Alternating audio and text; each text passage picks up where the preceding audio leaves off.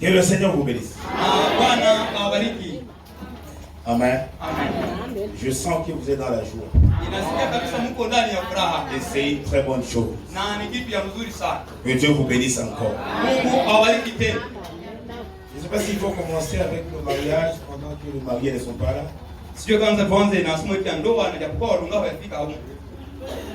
Vous commencez avec autre chose, je ne sais pas. Bon, j'ai lu d'abord l'écriture.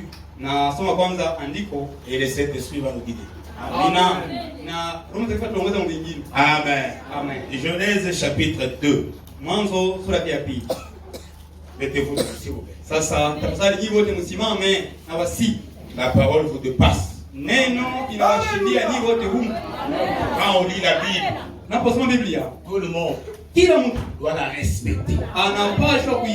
Parce que c'est la parole de Dieu. Amen. Verset 18. L'Éternel Dieu dit: il n'est pas bon que l'homme soit seul. Je lui ferai une aide semblable à lui. Amen. Notre bien-aimé va prier. Bwana wetu Yesu Kristo, ngisi tunataka kusema kupitia kichwa mtumishi wako ni kweli. Hakuna kitu ambayo inashindia neno chini ya jua. Na hata mbinguni. Neno ndio chef wa kila kitu na wa kila mtu. Na si wote mbele neno Bwana tunanyenyekea. Acha Mungu ushuke useme na roho zetu. Utubarikie Mungu katika nafsi zetu. Paka mtumishi wako Bwana umtoshe njiani. Wewe ndio Mungu, kamate hii mikro. Wewe ndio usione hapa Bwana wazi kusema na si Baba. Tunapenda nafsi zetu sifanye ndoa nzuri na wewe tangia leo. Ili tupate uzima wa milele. Hapa tunajua kwamba shetani wetu, shetani mwenye na ambali adui wako mwenye tupendi iko hapa. Lakini kupitia uwezo wa hili neno tunakwambia shetani hauna mamlaka hapa. Katika jina la Yesu utoke kumibaya. Katika jina la Yesu utoke mwa hii ndoa. Katika jina la Yesu utoke ndani ya kanisa. Mahali pote uko na kufukuza ono de Jesus. Na acha amina zetu za siku ya leo zitie magonjwa mala lezi. Zitie shetani mala lezi. Zitie mapepo zote mala lezi. Na iwe hivi katika jina la Yesu tunamshukuru Bwana. Amen. Amen. Vous pouvez vous asseoir. Unaweza kuikaa. Que le Seigneur vous bénisse encore une fois de plus. Tena mara nyingine Bwana awabariki. Bienvenue à nos visiteurs. Karibu sana kwa wageni wetu, aux frères et sœurs, kwa ndugu na wadada, et que Dieu bénisse tous les services ici. Na Mungu awabariki makazi zote hapa. Amen. Amina. Il y a ceux-là qui sont venus écouter la parole. Kuna wale ambao walikuwa kusikia neno, d'autres sont venus pour le mariage. Wengine walikuja juu ya sherehe ya ndoa. C'est aussi important. Nao ni lazima sana. Et Dieu va nous bénir, je l'espère. Na Mungu ingawa atatubariki na aminia. Mais je dois vous dire une chose. Lakini napia kitu kimoja. Ceux-là qui n'étaient pas là le vendredi, wale ambao kwa msiku wa tano, ils ont vraiment manqué. Kweli walikosa sana. Je ne saurais pas comment répéter. Parce qu'aujourd'hui, nous serons dans un autre thème. Hein? Amina. Mais peut-être je vais juste glisser un peu ou toucher juste au-dessus. En attendant de marier. Mais sinon notre thème aujourd'hui, l'école du mariage. Amina. Ou l'école de marier.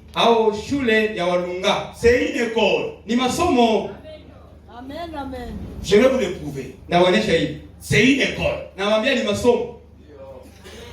Quand vous voulez vous marier, ou quand si vous êtes déjà marié, vous êtes dans une école. Vous êtes en train d'apprendre. Et c'est ça, c'est que cette école demande. Mais je ne suis pas encore là-bas. Je vais d'abord récapituler ce qu'on a vu le vendredi. Dans notre thème intitulé les dieux de possibilités illimitées, avec les sous-thèmes qui disaient vous êtes plus grand que vous. Si vous réalisez, on parle de deux vous. L'homme que vous voyez cache un autre homme que vous ne voyez pas. Et on a démontré que dans Genèse chapitre 1, il y avait une création. kulikuwa uumbaji. Et dans Genèse chapitre 2, na ndani ya Mwanzo sura ya pili, il y avait une formation. Kulikuwa ingine kitu ambacho kilitengenezwa. Dieu avait créé Mungu aliumbaka kwa un homme semblable à lui. Mtu wa kumfanana. Un homme qui a des capacités comme lui. Mtu mwenye iko na shahada kama vile Mungu. Un homme qui ne peut pas mourir. Alléluia. Mtu mwenye hawezi kukufa. Un homme qui n'a pas de commencement ni de fin. Mtu mwenye hana mwanzo wala mwisho. Un homme mtu ule qui est comme Dieu. Mwenye iko kama vile Qui peut aussi créer comme Dieu. Ambaye anaweza kuumba kama vile Mungu. Cet homme existe. Ule mtu iko. Et dans Genèse chapitre 2, lakini ndani ya Mwanzo sura ya pili, Dieu forma un homme. Mungu akatengeneza mtu à partir de la poussière. Akamtengeneza kutokea mavumbi. Cet homme, ule mtu, c'est celui-là que nous voyons maintenant. Ndio mwenye tuko naona saa hii. Cet homme-là, il est faillible. Huyu mtu tuko naona kushindwa. Il connaît des déceptions. Yana fadhaika wakati wote. Mais le paradoxe de ce que Dieu avait fait, lakini kitendo ile Mungu alitenda, il avait mixé ces deux personnes. Kitendo ile Mungu sasa akachanga watu wawili, c'est-à-dire deux dans un. Akasema hapa wawili waishi ndani ya mtu mmoja. Alléluia. Et c'est là où j'ai tiré mon thème intitulé Vous êtes plus grand que vous. Na kwa hiyo sasa mambo ya mwili ngakili, wao kwa mkubwa kujizidi. Et ce thème-là ne concerne pas tout le monde. Na ile nakili haihusu watu wote. Ce thème concerne les élus. Amina. Ile nakili ni nakili ya wateule tu. Un fils de Dieu. Mwana wa Mungu. Ou une fille de Dieu. Dieu, il l'avait créé doublement. Alléluia. Alimumbaka akiwa maradufu. Même si le monde ne peut pas l'éprouver, mais Dieu lui l'avait fait ainsi. Voilà pourquoi vous pouvez négliger quelqu'un que vous ne pouvez pas négliger. Alléluia. Parce que vous vous limitez seulement à l'extérieur. Vous le voyez, sa taille, sa capacité, ce qu'il a. Pourtant cette personne cache quelque chose de grand. Alléluia. Hivi anapitia kitu kikubwa sana. Amen. Amen. Ce n'est pas une prédication à tout le monde. Le vendredi, c'était pour les aiglons. Comme je vous l'avais dit, ce message n'a pas été amené à tout le monde. Même si parfois nous voulons que l'église soit remplie. Ce message sélectionne. Alléluia. Et laissez-moi vous dire ce matin, vous n'êtes pas grand par rapport à ce que vous avez. Alléluia. Vous n'êtes pas fort par rapport à votre corpulence. Amina. Vous êtes spécial. Vous êtes quelqu'un de très spécial par rapport à votre constitution spirituelle. Alléluia.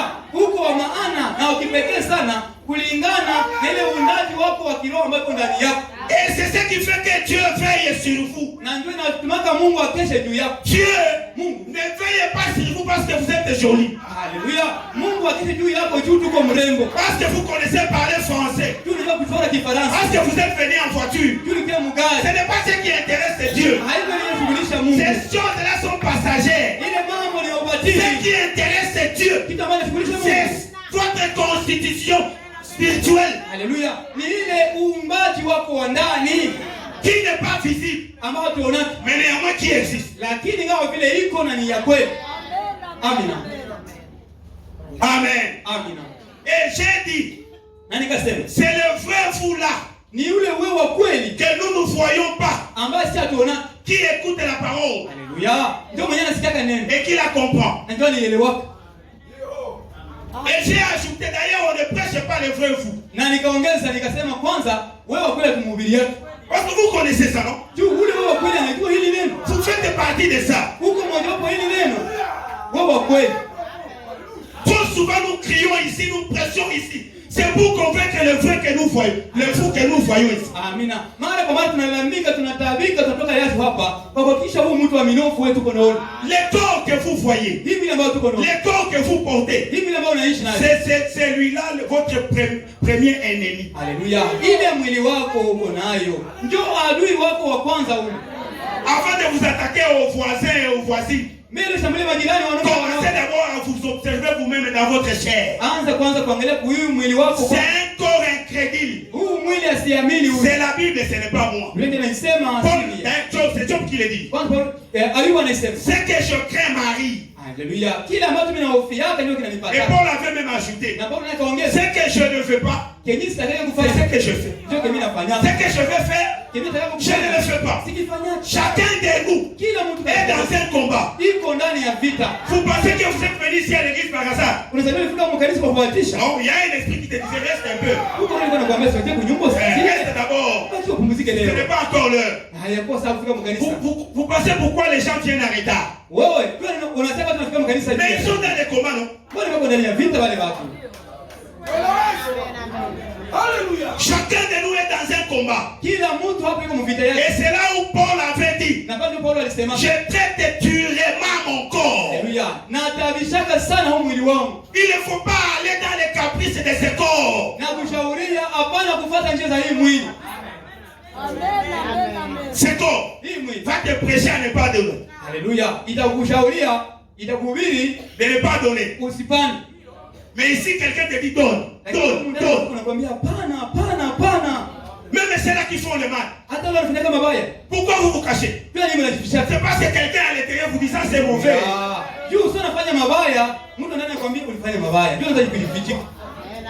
Pourquoi quand vous êtes infidèle, vous ne le faites pas assez ouvert? Pourquoi vous passez, vous le faites dans l'obscurité? Parce que quelqu'un vous disait que vous faites là, c'est mauvais. Il y a toujours un combat. Et j'ai dit, pour les enfants de Dieu, ils n'accepteront jamais qu'il soit dominé par ce corps. Comme je n'ai pas mangé, je ne partirai pas à l'église. Comme je n'ai pas l'argent, je ne dirai pas amen. Ils sont au-delà de toutes choses. Si vous voyez quelqu'un qui abandonne la foi parce qu'on l'a chassé au travail, en lui c'était vide. Si vous voyez quelqu'un qui abandonne la croix parce que son mariage a été disloqué, en lui c'était vide. Laissez-moi vous dire, nous ne servons pas le Seigneur parce qu'il nous a donné le travail.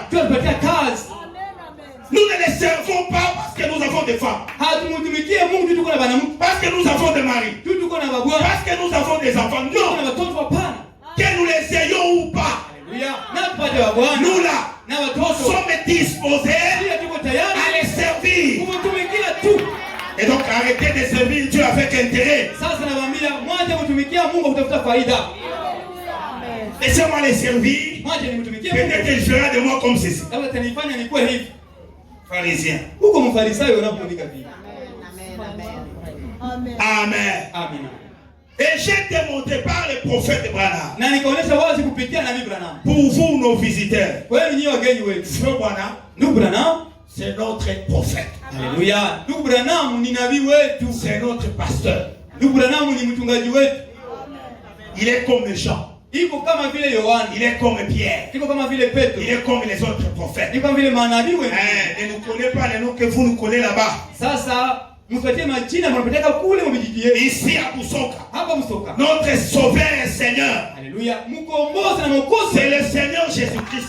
Et c'est le Seigneur Jésus qui a sauvé Branham. Branham, il était aussi péché comme vous et moi. Ici, nous n'adorons pas Branham. Nous les respectons seulement parce qu'il est notre frère. Mais Jésus, il est notre Dieu irremplaçable. Alléluia. Yesu ni Mungu wetu ambao hatuwezi kubadilisha. Je pense que je suis clair. Naamini pale niko wazi. Frère Branham me dit, comme étant le prophète de Dieu, kama vile nabii wa Mungu. Il dit en vous. Anasema ndani yetu. En vous. Ndani yenu. Il y a la puissance. Alléluia. Mungu nguvu de chasser le mal ya kufukuza mabaya et de garder le bien. Alléluia. Na kubakia na mazuri iko ndani. Si vous voyez quelqu'un aujourd'hui, ukoona mtu leo, il ne change pas. Habadiliki. C'est lui-même. Yeye ndio hapendi abadiliki. Alléluia. Amen. Il n'y a pas question de tu vois quelqu'un m'appelle. Il n'y a pas personne qui vous appelle. Hapa akuja kusingizia. Unaona siokoke ni juu ya fulani. Hapana, hapana tunakuzuia. D'ailleurs le monde ou la science Kwanza utaalamu au nous a facilité les choses. Shatufasiria vipi? Aujourd'hui, Leo, si vous voulez parler l'anglais, kama unapenda kusema vizuri peu Kiingereza, importe votre âge, haijalishi umri wako, vous le parlez. utasema Si Kiingereza. vous voulez apprendre le français, Unapenda kujifunza vous le Kifaransa, parlerez. utasema Si vous voulez apprendre l'informatique, unapenda kujifunza kompyuta, vous les connaîtrez. utajua kompyuta. C'est possible. Inawezekana. Donc en vous, Ndani yako. il y a la volonté Haleluya. Mungu utashi par vous-même utashi kupitia de laisser le mal. ya kuacha mabaya. Personne Hakuna. ne vous bloque le chemin. Haleluya. Hakuna mtu anakufungia njia. Haleluya. Si à l'église vous ressemblez à un chrétien, kama kanisa unafanana Mkristo, mais dehors vous êtes un païen, lakini ndio kwa mpagani, c'est vous-même. ile ni utashi yako. Amen. Amina. Dieu bénisse. Mungu awabariki. Moi je commence la prédication du jour. Amen. Mimi sasa na anza mahubiri ya siku ya leo. Parce que trop souvent même les moyens ne nous écoutent pas. Amina. Kwa kuwa mara kwa mara hata walunga watusikia. Laissez-nous prêcher l'assemblée. Mmoja tuhubiri kanisa la Mungu. Amen. Amen. Beaucoup de gens même. Watu wengi wananipenda. Parce qu'ils disent que frère là, Unasema ndugu ile siku. ce frère là, Ule ndugu ule. lui il est cache-cache. Yeye anakuwaka hivi mstari yote hadharani. Moi là, Mimi j'ai déjà réalisé. nilishaka kuamua. Ce que Dieu dit Kenye Mungu anasema compte plus que ce que mes parents diront. Haleluya. Kile Mungu anasema mimi kwangu ndio lazima sana kushiriki kile wazazi yangu wanasema. Je vous dis la vérité. Amen. Je vous dis la vérité. Nawaambia kweli. Mes parents même, Wazazi yangu wananipenda. mais ils ne peuvent pas me donner le salut. Lakini hawezi kunipatia wokovu. Haleluya. Il faut savoir différencier les choses. Ili kwa kutofautisha vitu. Hein? Ndio. Même chez vous dans vos couples là-bas. Hata kwa nyumba zenu. Je disais à un ami, Nilikuwa naambia rafiki mmoja. quand la Bible dit, Kati vile nasema. si un membre Kama kuna kiungo vous fait obstacle inakuzuia d'aller au ciel, kwenda mbinguni. il faut les couper. Kata ile kiungo. Est-ce que les gens comprennent au moins ça? Je watu nasikia kwa ile andiko. Dieu, Mungu il peut regarder en vous. anakuangalia ndani yako. Le vrai vous, Wewe wa kweli vous aimez la parole. unapenda neno. Mais l'extérieur vous fait obstacle. Lakini wewe wa nje anakuzuia. Dieu, il vous retire. Mungu anaweza kuchomola. Il vous prend. Anakuchukua. Ah ouais. Ndio. Parce qu'il voit que le vous extérieur Kana wewe wa nje fait empêcher le vrai vous anapenda kuzuia ule à wa vivre la nje. parole. Il vous retire. Kuishi neno. Ndio anakuchukua na kutosha kwa dunia. Aimons Dieu. Tupende Mungu. Mettons Dieu à la première place. Tutie Mungu kwa nafasi ya mbele. Dieu Mungu dépasse vos maris. haleluya anashindia baba zetu. Dieu Mungu dépasse vos femmes. anashindia bibi. Dieu Mungu dépasse vos enfants. anashindia watoto yenu. Il dépasse vos avoirs. Anashindia mali yenu. Haleluya. Et je le dis souvent, clairement. Na mara anasemaka wazi wazi. Même si c'est le foyer Ataka ni bunyumba. qui devient l'obstacle pour le salut. Ndio ndio kizuio kwa kupata Il wokovu. faut que Dieu le brise. Sasa inabidi Mungu aivunje. Et qu'il le brise. Na ivunjike tu. Haleluya. Oh, ma femme, elle est jolie. Elle est belle. Mkiongoza kwa mrembo. Si elle devient l'obstacle, Kama anakuwa kizuizo. Dieu va s'en charger. Oh, mon Atamshughulikia. mari, il est beau, elle est Bwana là. wangu anakuwa kabogari. Ici, nous ne sommes pas des idolâtres. Hapa tu haleluya. Hapa tambikia mizimu za watu. Nous nous aimons Tunapendana et nous nous respectons, na tunaheshimiana. mais jamais Lakini kama nous pouvons vous adorer. Jamais. haleluya. Hatuwezi kuabudu na wewe bibi na wewe bwana hapana. Même si vous me donnez de l'argent, Hata unipatie fulani. je vais vous aimer. Nitakupenda. Je vais vous respecter. Nitakuheshimia. Mais quand vous osez briser la parole, Lakini sio jaribu tu kuvunja neno. je vous dirai la vérité Nitakwambia kashi. au point où Kiasi kwamba vous aurez du mal à me donner demain. haleluya utapata tena vigumu ya kuwa natolea tena nyingine siku.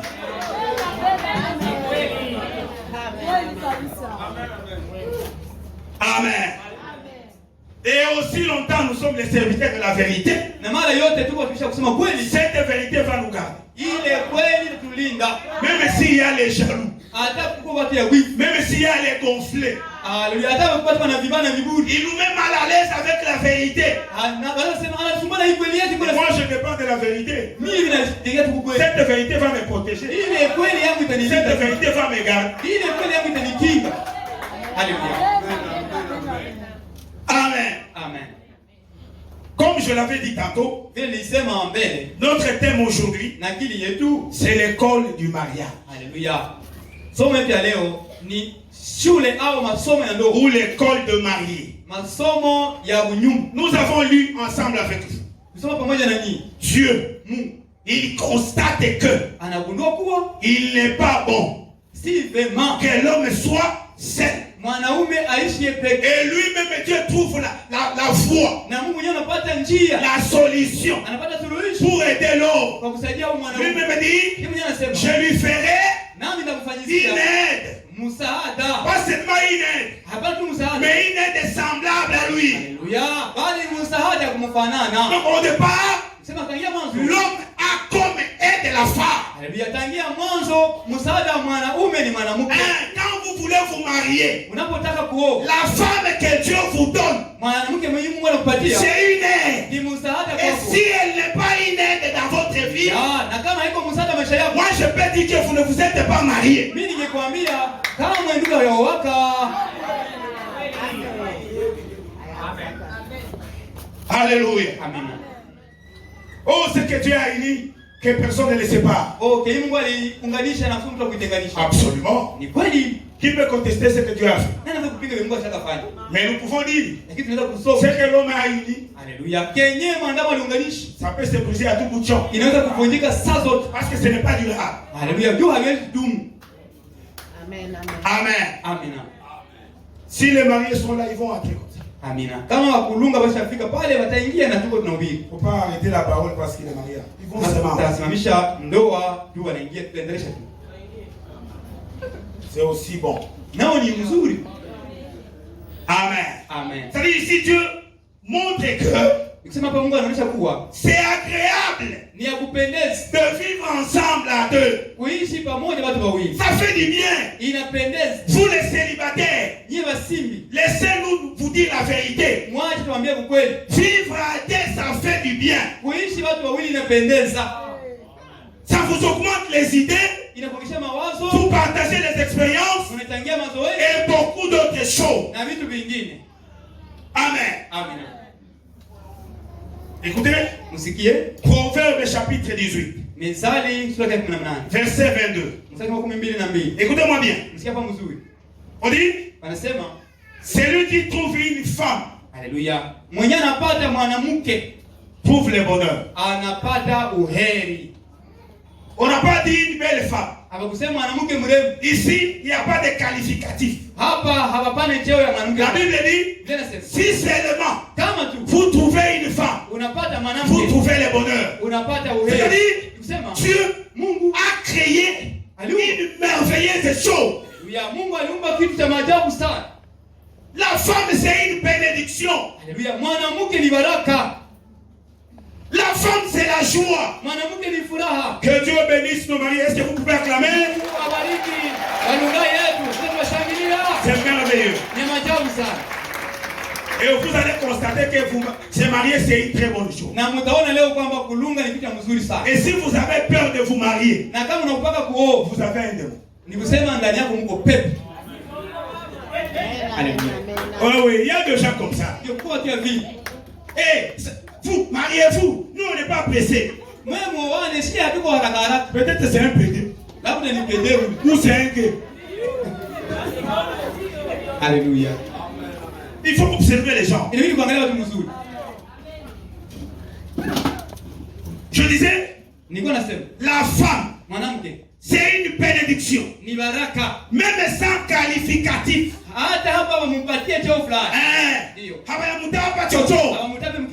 Mais la Bible dit, si vous trouvez une femme, vous trouvez le bonheur. Oh, le bonheur, c'est la bénédiction. Je continue. C'est une grâce. C'est une grâce qu'il obtient de l'Éternel. C'est lui qui trouve une femme. Alléluia. Donc celui qui trouve une femme trouve le bonheur. Et c'est aussi une grâce dans sa vie. Alléluia. Amen. Proverbe chapitre 19. Verset 14.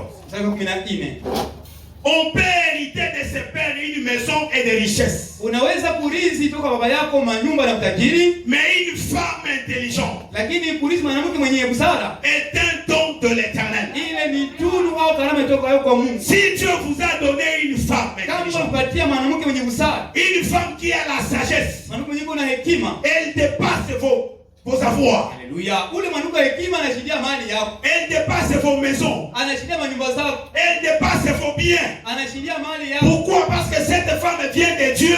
Kwa nini mwanamke anatoka kwa Mungu? Vient de l'Éternel. Anatoka kwa Bwana. C'est une bénédiction. Ni baraka. C'est une grâce. Ni neema. Amen. Alléluia. Il y a le calme chez le frère. Pole kwa ndugu kimya. Frère David. Ndugu David. Tout ce que tu me dis, est-ce que c'est vrai? Hivyo natumika ni kweli kabisa. Ici je suis au début. Alléluia. Kwanza hapa ndio ningali naanza. Au commencement. Ningali ndio mwanzo. Amen, amen. Quand vous voyez une femme, Sio mwanamke, c'est une fleur. Alléluia, niliua. C'est une bénédiction. Ni baraka. Elle apporte la joie, Analeta furaha. les sourires, Analeta et kucheka. ça fait du bien. Ninafurahisha. Amen, amen. Mais si vous avez une femme Lakini kama mwanamke qui ne vous amène pas la joie, mwenye kuletea furaha, qui ne vous amène pas le bonheur, mwenye kuletea uheri, mon ami, rafiki yangu, vous avez quelqu'un d'autre à la maison. Alléluia. Wewe uko na kingine kitu kama mwanamke. Écoutez, Sikia. les dictionnaires nous disent, Kamusi yanatuambia hivi. le mariage Ndoa. est une école Alléluia. Ndoa ni masomo. qui nous apprend à aimer l'autre comme soi-même. Alléluia. Ndoa ni masomo ambayo yanatufundisha kupenda mwingine kama tunajipenda. Amen. Je ne suis pas pressé. Siko haraka. Je ne voyage pas aujourd'hui. Leo sitasafiri. Je voyage demain. Sitasafiri leo kesho. Suivez-moi bien. Mnifuate mzuri. Que vous soyez mariés, Na uwe shaoa, que vous voulez vous marier aujourd'hui comme nos bien-aimés ici. na utaoa leo kama vile mpendwa Et wako. vous les célibataires, Na nyinyi wasimi, tout ce que je vais dire ici, ça vous concerne. yote ambayo ndasema hapa inahusu kila mtu. Même si vous me dépassez en âge, Hata unanishinda umri, la parole vous dépasse. neno haina kushindia na wewe umri. Haleluya.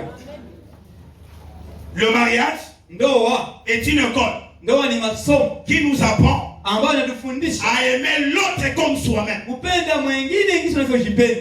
Donc, le mariage est là. Sema hii ndoa, Comme nous le voyons ici. kisi tunaona hapa, C'est une école ni masomo hii qui vous apprend ambayo yanakufundisha à aimer l'autre comme soi-même. ya kupenda mwenzio Si vous n'avez pas la capacité kama hauna shahada d'aimer l'autre ya kupenda mwingine comme soi-même, kama unajipenda, ne vous mariez pas. usioe.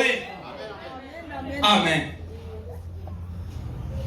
On dit, Wanasema pour réussir cette matière d'aimer à vie, haleluya, kwa kufaulu kwa hii matendo ya kupenda maisha yote, il faut apprendre à le faire jour après jour. haleluya, inabidi ujifunze kila yendayo siku. L'amour, ce n'est pas seulement aujourd'hui. Upende kutia leo, On vous voit, vous êtes beau. wanakuwa niko murembo, Ah, c'est impeccable. ni mzuri. L'école là, Hii on masomo vous demande d'être comme ça chaque jour. inakolomba uwe vile siku zote. Amen. Haleluya. Je n'ai pas encore commencé. Sianzi. Ça, c'est l'introduction. Hii lingali kiingilio. L'amour Upendo, est une décision personnelle. haleluya, upendo ni uamuzi wa mtu binafsi. Est-ce que c'est clair? Iko wazi kule. On ne vous force pas dans cette école. Hawakukazake mwa hii masomo ya upendo. C'est une décision. Mwa hii masomo ya upendo. Oh, je vais étudier à l'ISP. C'est une décision. Leo sema kuiespenda. Je vais étudier à l'ICB. C'est une décision.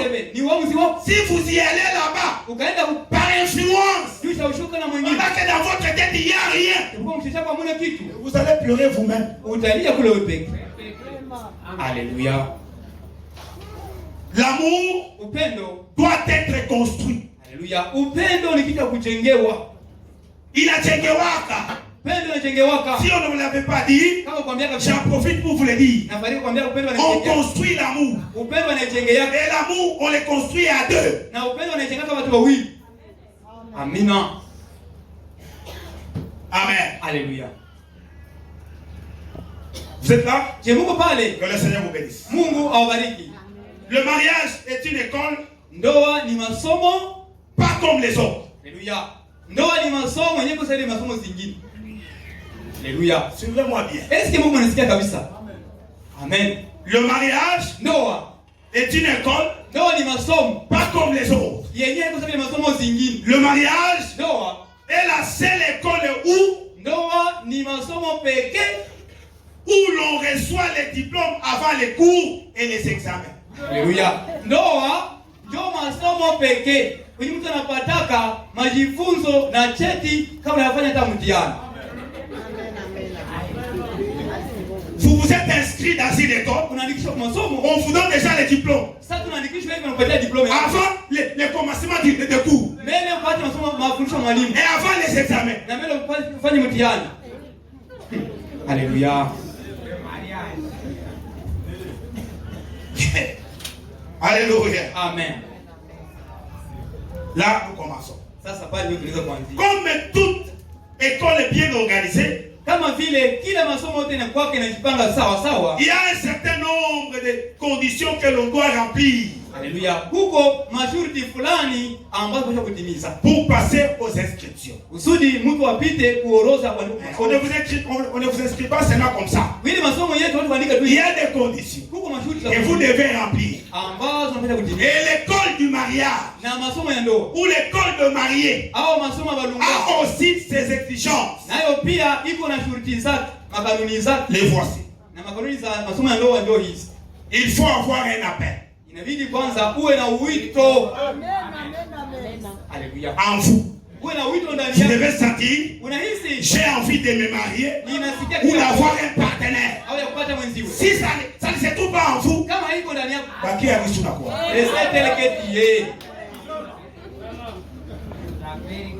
ça doit être une vocation de vivre ensemble avec quelqu'un d'autre.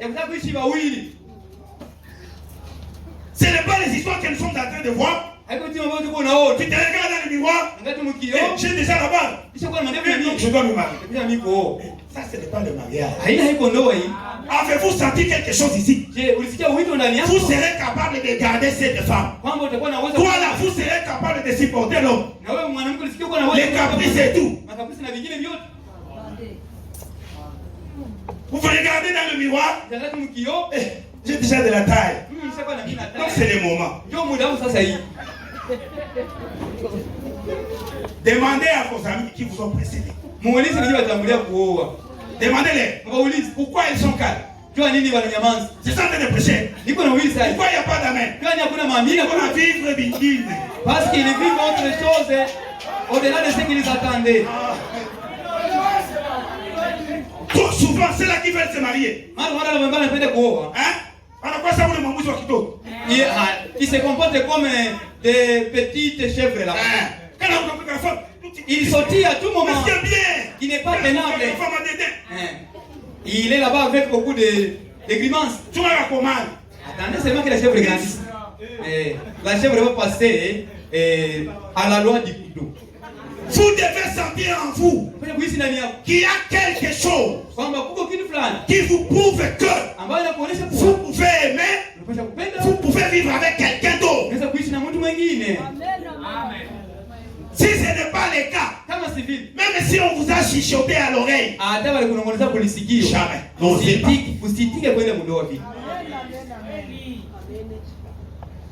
Amen. Amen. La deuxième des choses, il vous faut prier sérieusement. Lorsque vous sentez en vous que non, au-delà de l'âge, au-delà de ce que j'ai, je sens quelque chose me parler ici, que je peux maintenant m'engager. Là, il faut prier. Seigneur, je n'ai pas encore trouvé la personne. Mais ici, j'implore ta grâce. Aidez-moi. Je vais vous dire, frère Branham. Et je vous dirai, beaucoup ne prient pas. Oui.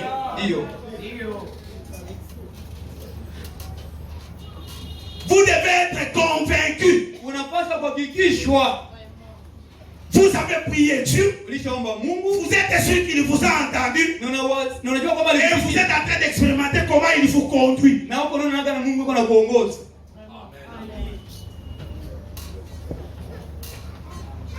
Vous êtes avec moi? Vous aimez ça? Vous êtes calme.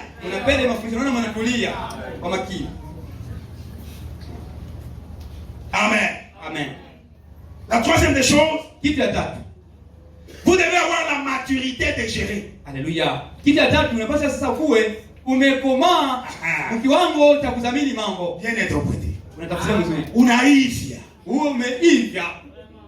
Haiko kuangalia matano unafanya hivi. Mimi nalifu. Unaivya. Pas parce que tu as porté des hauts talons et tu as une taille élancée parce que tu es déjà mature. C'est pas unataka fait unataka ufie una. Il faut uivye kitu. Pas parce que tu as mis la veste parce que tu es déjà mature. Non. Ukikosa hapa utafanya nini msilale ja? Tu as déjà en toi, il pensait si j'ai manqué, si moi je vais faire pour qu'on ne passe pas la nuit blanche. Amen, amen, amen. L'été qu'on vous donne chez vous. Peut-être chez vous, c'est toi là. Il y a pas. Alléluia. On vous voit au volant. C'est la voiture de papa. Pensez à ça. Quand je vais me marier, quand je vais prendre une femme, je vais laisser le bien de mon papa.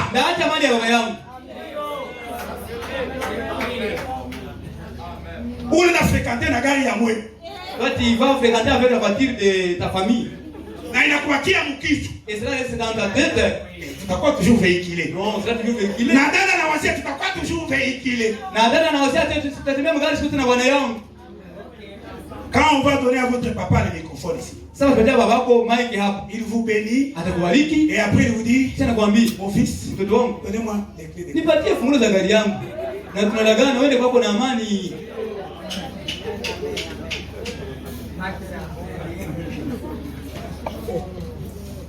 vous devez avoir la sagesse de surmonter ensemble. Alléluia. Mnapaswa kuwa na hekima ya kushinda vituko vyote pamoja. Aujourd'hui, je serai ouvert avec vous. Leo ndakuwa wazi na nyinyi. Qu'on ne vous trompe pas. Basi wadanganye. Que le mariage, kwamba ndoa chaque jour c'est rose. Faux. Alléluia. Kwamba ndoa siku zote ni maua ni ya mzuri. Bongo yenu. Qu'on ne vous trompe pas. Basi wadanganye. Que vous allez vous appeler chaque jour chérie. Faux. Kwamba siku zote mtetana tu wa sheri. Bongo yenu. Hata kukwaza na muita mjina yake. Amen. L'autre va t'achoper, tu vas l'appeler par son nom. Moi je suis ouvert. Mimi niko wazi. Wacha mnadanganya watu. Unaona? Ni maisha. Kwa hiyo nous vivons toujours en rose. On va vous achoper. Watakukosa. Votre partenaire viendra. Elle fait ou il fait comme ça. Mkono hapa. Alléluia.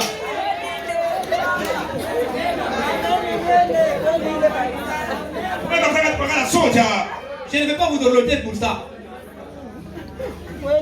Il faut la commenter bien comme ça, on attend quand il a si pour vivre. Bon, vous prenez mes dames parce que vous allez vivre toujours comme ça. Non.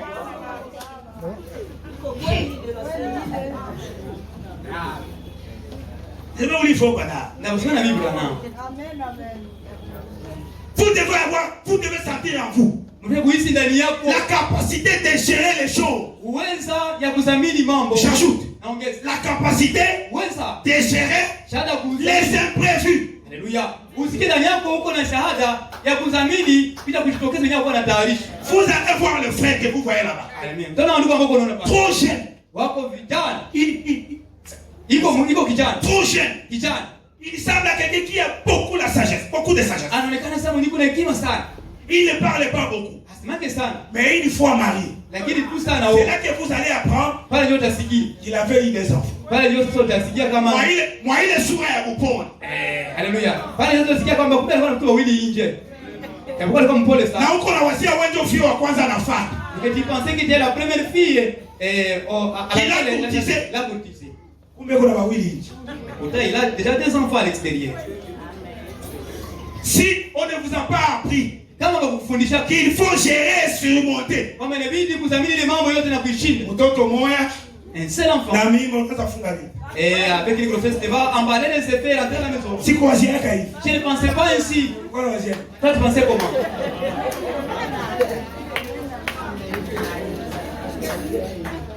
Est-ce que c'est la vérité? C'est du kweli. Mais il y a des gens qui me regardent, mais je leur dis la vérité. Je parle des choses qui vous concernent. Maintenant là, il y a quelqu'un qui a du mal à dire à sa femme chérie. Parce qu'il a tellement été vexé. Peut-être il est ici, il n'a pas mangé. Et pourtant il y a à manger à la table. Est-ce que je mens?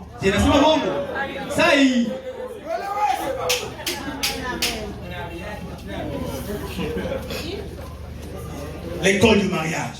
Masomo ya ndoa. C'est pas une école facile. Haiko masomo ya muza. Posez-vous la question. Comment seulement à l'inscription?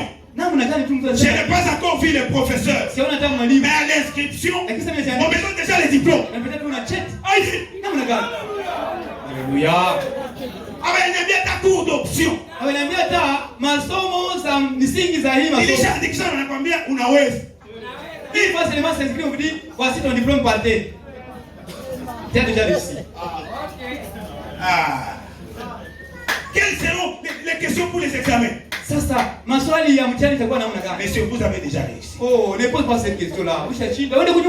Nous aurons combien de cours? Vous avez déjà réussi.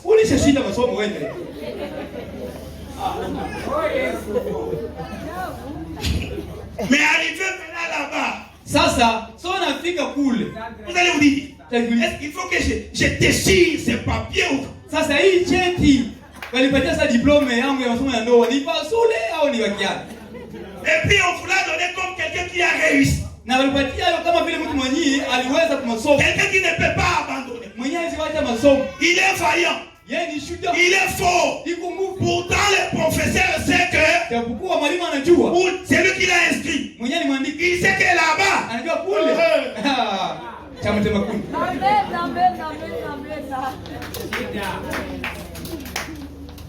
Arrêtez d'être trompé comme ça. Mwache kudanganyika vipi. Tu trouves quelqu'un, il ne parle pas. Cela prouve qu'il ne sera pas une mauvaise personne. Sasa ile ndio inaonyesha kama alikuwa mtu mbaya. Surtout ces histoires de naturel, surtout ces histoires là. Zaidi mambo ya naturel. Ile, vous les jeunes gens qui ne priez pas. Les sœurs vous ont déjà calculé. Et vous achètent des robes qui touchent même les sols. Pas de mèches sur la tête. Naturel. Et toi quand tu regardes, viens.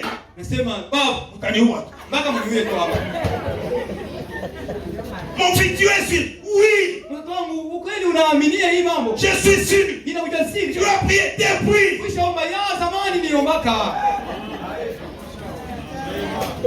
Est-ce que tu ne peux pas attendre même 6 mois? Non, papa. Non.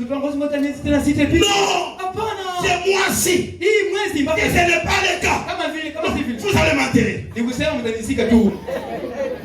Et les parents se disent, oh, peut-être notre fils. Il est convaincu. Accompagnons-le. 3 mois seulement. 3 mois.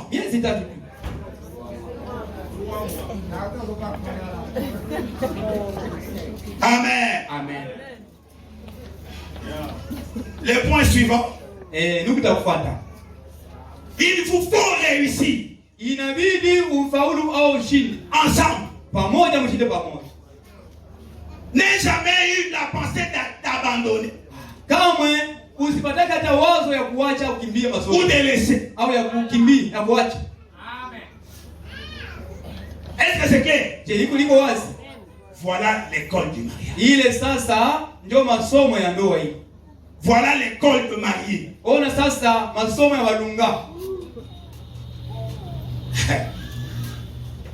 Dieu bénisse.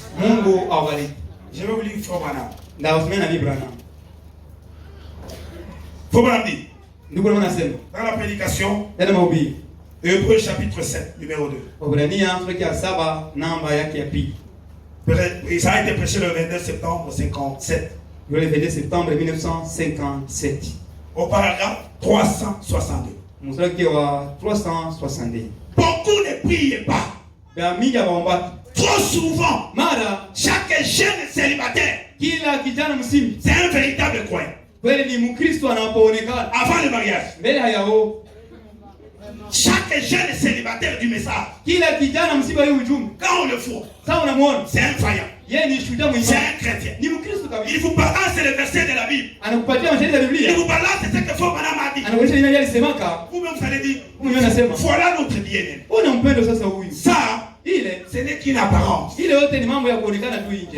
Si vous voulez comprendre ces garçons, mettez une femme à son côté, tout autour de lui. À ses côtés. Et vous allez voir. Oh, la sœur, elle prie chaque mercredi, elle prie chez elle la nuit. C'est bien. Quand il arrive à l'église, onction full. Au point où tout le monde sait que telle sœur elle est déjà là. Mettez seulement un frère tout autour d'elle, comme Marie. Vous allez voir.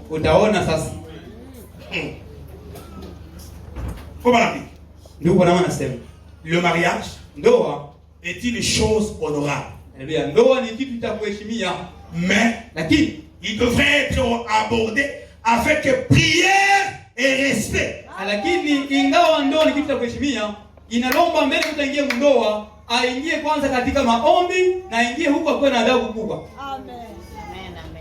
Et un véritable amour. Na awe na upendo ya kweli. Et un véritable amour na upendo ya kweli pour cette femme kwa ule mwanamke vous liera, itamfunga, vous liera vous, itakufunga wewe ensemble pour toujours. Pamoja na mwenziwe siku zote. Quoi? Nini? Véritable amour. Upendo ya kweli. Ce que vous liez sur terre, amina. Tunataka tufunga hapa duniani, je le lierai dans les cieux. Na mimi nakifunga mbinguni. Quand vous descendrez la rue plus tard, wakati tutashuka barabara baadaye, elle peut être devenue vieille.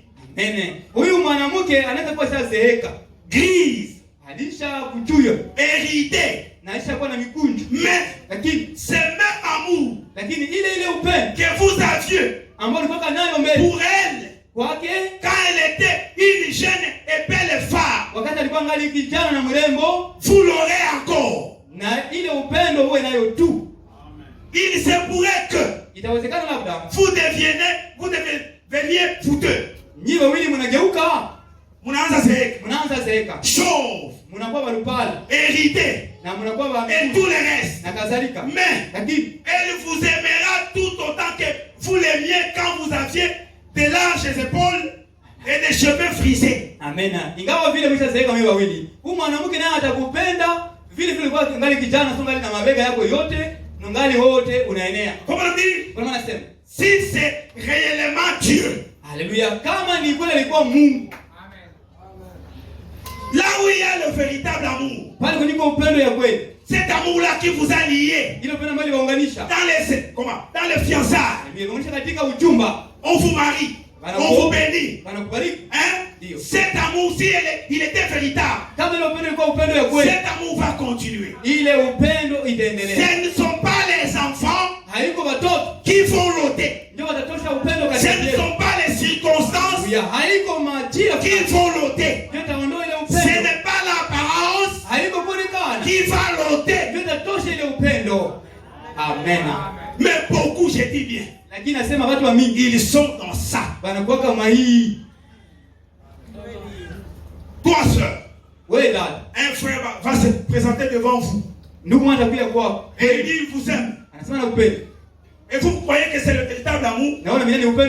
Pourtant, ce qui l'intéresse, ce sont des poils. Alléluia. Ce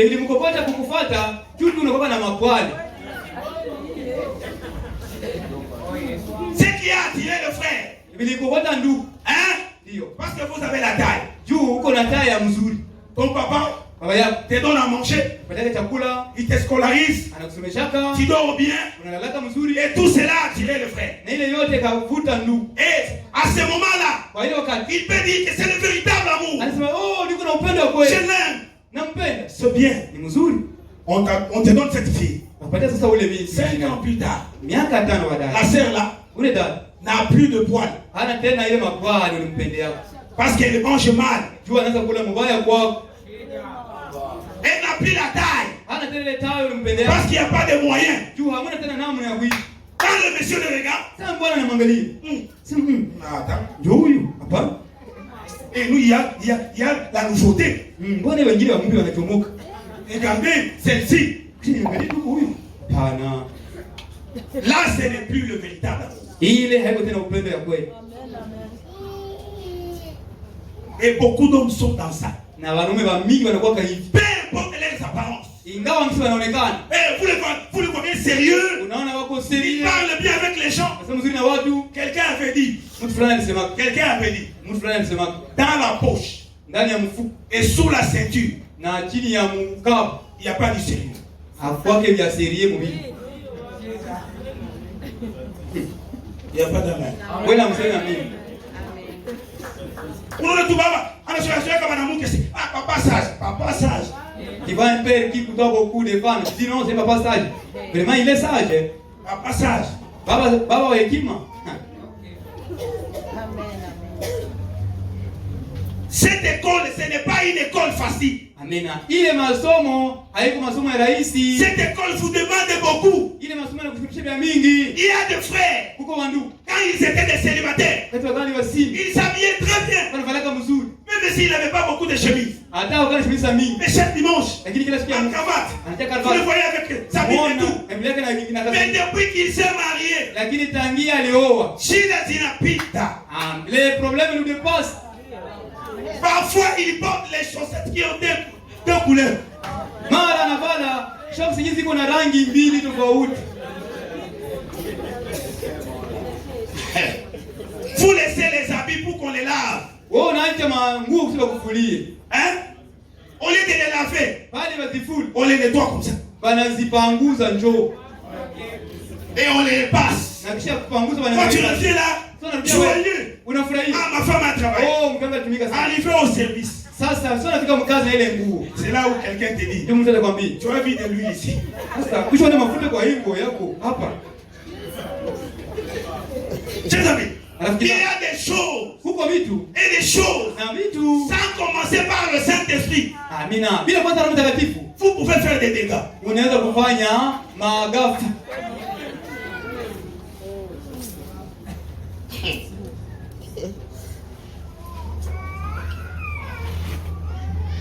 Vous êtes là? Je muko pale. C'est la parole, non? Si neno hili kwa wasomeni. Hein? Ndio. Si vous voyez quelqu'un sauter, amen, alléluia, gloire au Seigneur. Kama na mtu anaruka anasema haleluya kwa Bwana. Donc à la maison, Sema kule kunyumba. tout marche bien. Mambo yote iko shwari kule. Et nous, c'est aujourd'hui, Na sie humu. nous sommes en train d'arranger les maisons. Na sie humu tukatengeneza nyumba leo. Si ça ne marche pas chez nous, frère, Kama vendeke kwetu ndugu. même si vous faites semblant, Hata unajifanyisha les gens les sauront. watu watajua tu. Éphésiens chapitre 5, Waefeso sura ya 5. verset 22 Mstari wa 22 jusqu'à 29. mpaka 29. Écoutez, Sikia, femmes, enyi wanawake, soyez soumises à vos maris, muwatii waume zenu comme au Seigneur. kama vile kwa Bwana. La soumission, Utiifu, vous les sœurs. nyie wadada. Ça, Hii ce n'est pas facile. haiko rahisi. Mtu alishakukwaza Quelqu'un vous a chopé kisha anakusomea hii verset. et puis on vous dit ce verset. Uwe mtiifu. Soyez soumise. Vous pensez que c'est facile? Unadhania iko rahisi ile? Quelqu'un qui vous a brisé, Mtu alikuja mais moyo. vous êtes obligé de laver ses habits, Lakini tulisha kumfulia manguo na alikukwaza. de lui préparer Umwandalie chakula. la bonne sauce. Tena mpigie msosi Pendant que vous avez un cœur vexé, japokuwa roho yako ishavunjika kwa siku. ce n'est pas facile. Haiko rahisi. Voilà pourquoi vous les célibataires, Ndio kama ninyi wasimu. réfléchissez encore Muwaze tena et zaidi. priez profondément. Na muombe sana. Sinon, Kama sivyo, on va vous vendre l'apparence. kama sivyo Mais à batawauzishia. l'intérieur là, Lakini muda c'est fini. hamuna kitu. Amen. Alléluia. Toi, dollar kusumbui. Les taux de l'art étaient malmènes. Kazi chase. Et au boulot, ça ne marche pas. Insécurité mouinchi. Dans les pays, il y a plein de sécurité. Kisha na uvivre na partenaire mwingine insécurité. Et puis encore, tu vives avec un partenaire qui va encore construire une autre insécurité. Sio na mamii ya bana magere kitu. Et c'est pourquoi les gens sont devenus, beaucoup de hommes sont devenus chauves. Oui, oui. Oui. Na mahivi mingi tu inatokea. Et avec les cheveux blancs qui apparaissent à l'état encore du matin, on ne sait pas ça vient d'où. Parce qu'on a une santé. Tu penses que ça c'est de la santé? Magumu hivi. Ça c'est de la souffrance. Alléluia. Petit wa meseka na mahivi. mateso. Mtoto 25 ndio niko na mahivi. Wala sasa ni raha ile, ni mateso. Kila kumaliza mwaka anafanyaka hivi. Amen. Avant de finir une année d'abord doit souffrir. Ya masomo anafanya hivi. L'année scolaire doit d'abord souffrir. Alombe hapa, alombe amalize mwaka. Il demande une année ici là-bas pour terminer l'année scolaire. Mtoto anamaliza licence anafanya sura ya bazee. Amen. Quelqu'un a fini la licence mais son visage apparaît comme un vieux.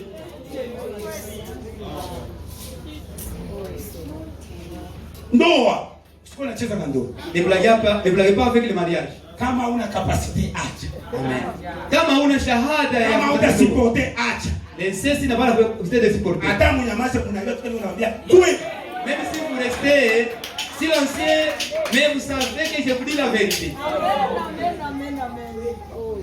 Dis-moi cette école, pourquoi m'a imprévu comme pas possible. Dans cette école, c'est une école qui a plein d'imprévus. Je vous raconte une chose. Même si nous sommes une église mixte.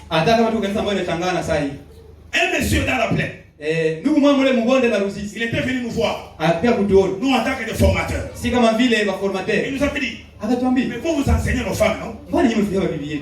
Et ma femme est dans votre programme. Il faut quand même l'enseigner. Qu'est-ce qu'elle a fait? Papa, imaginez-vous. Vous êtes dans le champ, dans la chambre. À deux. Dans un moment romantique. Votre partenaire, elle est là comme un arbre. Au point où vous vous sentez que vous êtes seul. Et puis elle vous dit, avez-vous déjà terminé? Moi j'ai des choses à faire. Frère, imaginez-vous, vous êtes dans quoi? La femme de votre maison vous dit ça. Pendant que même une prostituée ne peut pas vous dire ça.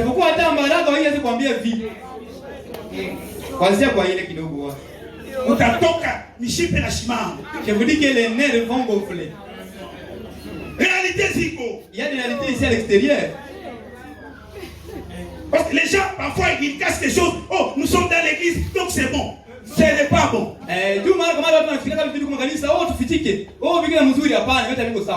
Le cœur souffre.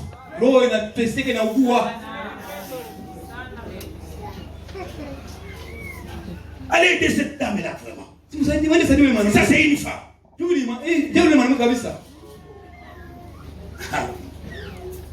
La soumission, ce n'est pas facile.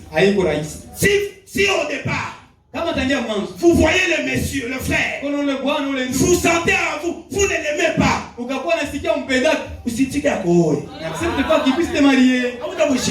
Parce qu'au grand jamais ne respectera pas.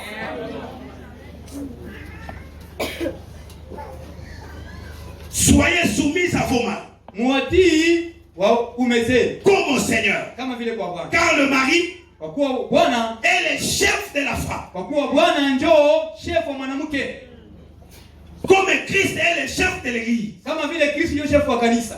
Qui est son corps. Et dont il est le sauveur. Or, de même que l'église est soumise à Christ, les femmes aussi doivent l'être à leur mari. Écoutez, en toutes les choses. Quand vous acceptez d'être marié par un frère, mettez en tête qu'il est votre chef. Il n'est pas votre égal, non. Il est chef. Et on vous rappelle que vous devez lui obéir dans toutes les choses. Bien sûr, les choses selon la parole. Pas en dehors de la parole.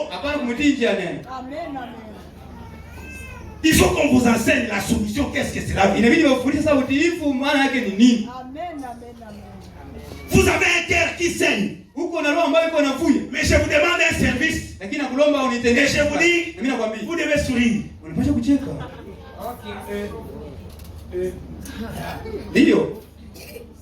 C'est ça.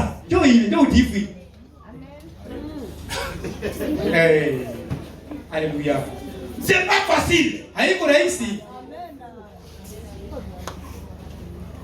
Comme il m'a vexé. Et je lui demande du thé. Nimlomba chai. Ou il me demande du thé. Nimlomba chai. Je vais lui apporter ça avec un visage renfroyé. Hivi bwanangu alikwaza na naomba chai. Acha nilete chai na mimi nasirika sana. Il peut vous dire. Anaweza kuambia. Ma chérie. Chérie wangu. Je ne prends pas la tasse. Takamata hii kofa chai. Si ton visage ne sourit. Kama tu sura yako haimwemweti. Et vous êtes obligé. Na unashurutishwa kucheka. Chai hapa bwanangu. Pensez-vous que c'est facile? Ce n'est pas facile. C'est là où faut, madame, dit vous devez prier. Est-ce que vous allez supporter des choses comme ça? Si ce n'est pas le cas, restez chez vous en train d'aider les parents.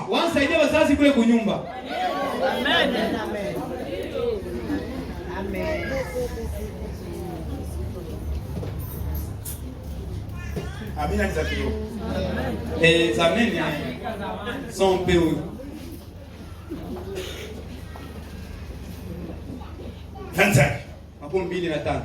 Marie, enyi mabwana, aimez vos femmes, muwapende wake zenu comme Christ kama vile Kristo a aimé l'église. alipenda kanisa. Écoutez bien. Msikie mzuri. Comme Christ kama vile Kristo a aimé l'église. alipenda kanisa. Et il s'est livré lui-même. Na akajitolea mwenyewe pour elle.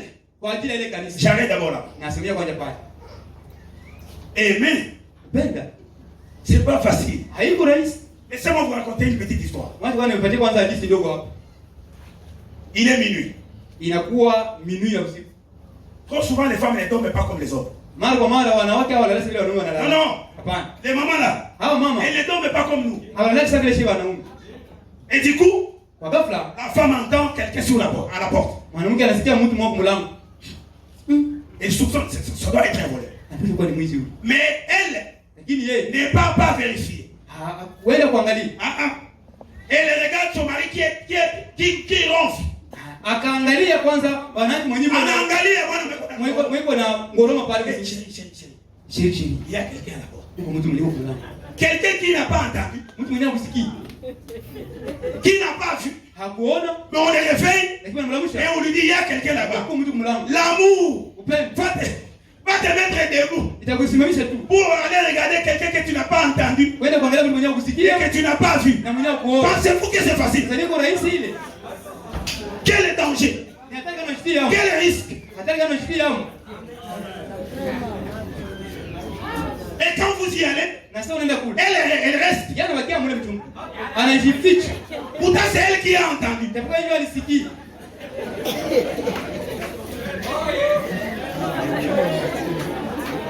L'amour. Tomber seulement malade.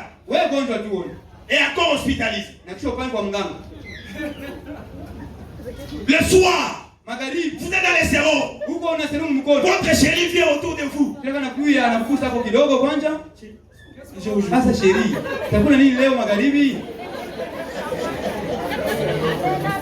Si vous ne serez pas capable de surmonter ces choses, restez célibataire.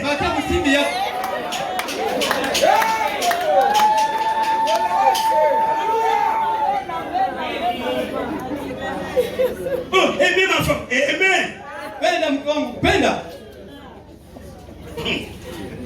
La femme vient. Chérie, s'il vous plaît, j'ai besoin de $20. J'ai une urgence. Pas 15. Si c'est pas vous me donnez 20, mon cœur sera béni. Vous touchez dans la poche, vous amenez $100. Mon ami, elle ne vous quitte pas. Quand elle touche l'argent, le deuxième besoin imprévu va venir. Chérie, hier quand tu n'étais pas là, il y a une dame qui a mené le poisson ici. Il fallait voir. C'était pour une qualité. C'était un bon prix. C'était pour combien? $20. Alors tu veux dire quoi? On peut l'acheter. Parce qu'elle a vu ça. Ok, ça va, on achète. Ok, où ça On va chercher avant les champs. Oui, c'est ça. Quoi? Il y a 60. $60. Là, elle a déjà gagné quelque chose. Elle part. Elle revient. Quand elle vous amène, chérie. Ici, il n'y a pas de lui. Mais il y a Je ne sais pas comment on va faire avec les poissons. Ça coûte combien? $10. Papa. Au lieu qu'on vous amène 80. Pendant qu'elle vous a exposé un problème de $20. Elle vous remet 50. Et ce n'est pas mauvais. C'est ça la vie. Mais je vous pose la question. Êtes-vous préparé à ça? Ta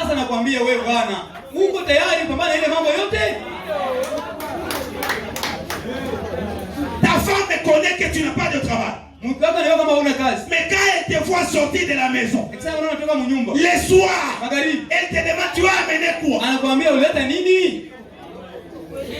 Comme si tu es un policier, tu dois avoir les choses de ça et là. Elle sait que tu ne travailles pas. Peut-être tu vas en communion. Mais au retour, chérie, tu nous as amené quoi? Tu as amené le pain. Pourtant, tu ne travailles pas. Pensez-vous que c'est facile?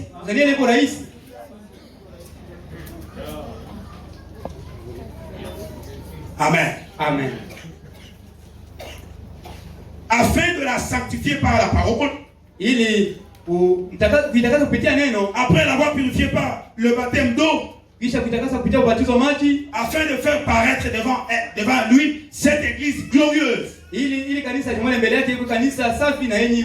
sans tache, ni ride, ni rien de semblable, mais sainte et irrépréhensible. Écoutez, c'est ainsi que le mari doivent aimer leurs femmes comme leur propre corps. Celui qui aime sa femme s'aime lui-même. Je peux dire, si tu as iPhone 15 Pro Max, et tu aimes ta femme, tu dois aussi lui acheter ça.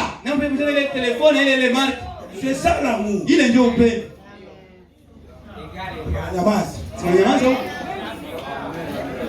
Nous les hommes, tellement égoïstes. Restaurant zenyanajua wao usijui. Na sote tunapitaka sous le travail. Amen. Oui. Chez ulikawia leo tulikuwa kubodega. Na baba tulikuwa bodega avec les patients. Jana tulikuwa kupanorama. Hier c'était au panorama. Hauyawaza siku moja. Là j'avais même pensé un jour. Mungu yako mfuko. À partir de ta propre poche. Haya leo atapanorama. Il aussi ça chez au restaurant panorama. Mais liweje? Mais c'est moi qui va là-bas. Égoïste. Unajipendelea sana. Donc tu as le téléphone, mais oui. Et tu vas trouver Marie avec des téléphones. Chef. Le chef. Allez voir sa femme. Tena muso.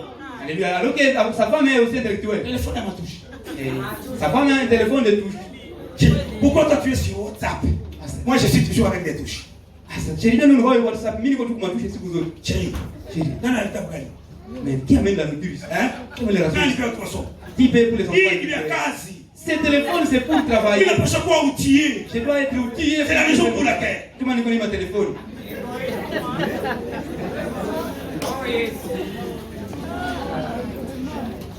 Les hommes que vous voyez, beaucoup sont égoïstes. Vraiment, nous faisons ça, frère. C'est pourquoi je vous recommande de faire mon frère Alain. Venez régulariser vos mariages ici. C'est difficile, c'est fou. Il va y avoir tout ok. Ne comptez pas haut, j'ai déjà 9 enfants. Avez-vous déjà marié? Faites comme le frère ici. Amen. Dieu bénisse. Mungu abariki. Écoutez, car jamais personne n'a haï sa propre chair, mais il la nourrit et en prend soin, comme Christ le fait pour l'église. Qui la samedi? Chaque samedi, je vais d'abord aller au Souna pour le matin. Je vais au Souna pour le matin. Ça fait beaucoup, chérie. S'il y a l'amour. Ok, là aussi ta chérie, allez ensemble là-bas au Souna. Elle aussi travaille beaucoup à la Mais maison. les autres tellement égoïstes. Lakini wanaume wanajipendeleaga sana. Mais mule musulani mtakuwa sunazi. Lakini mule msulamu modenda, utakutana na sunaze sasa wako kule.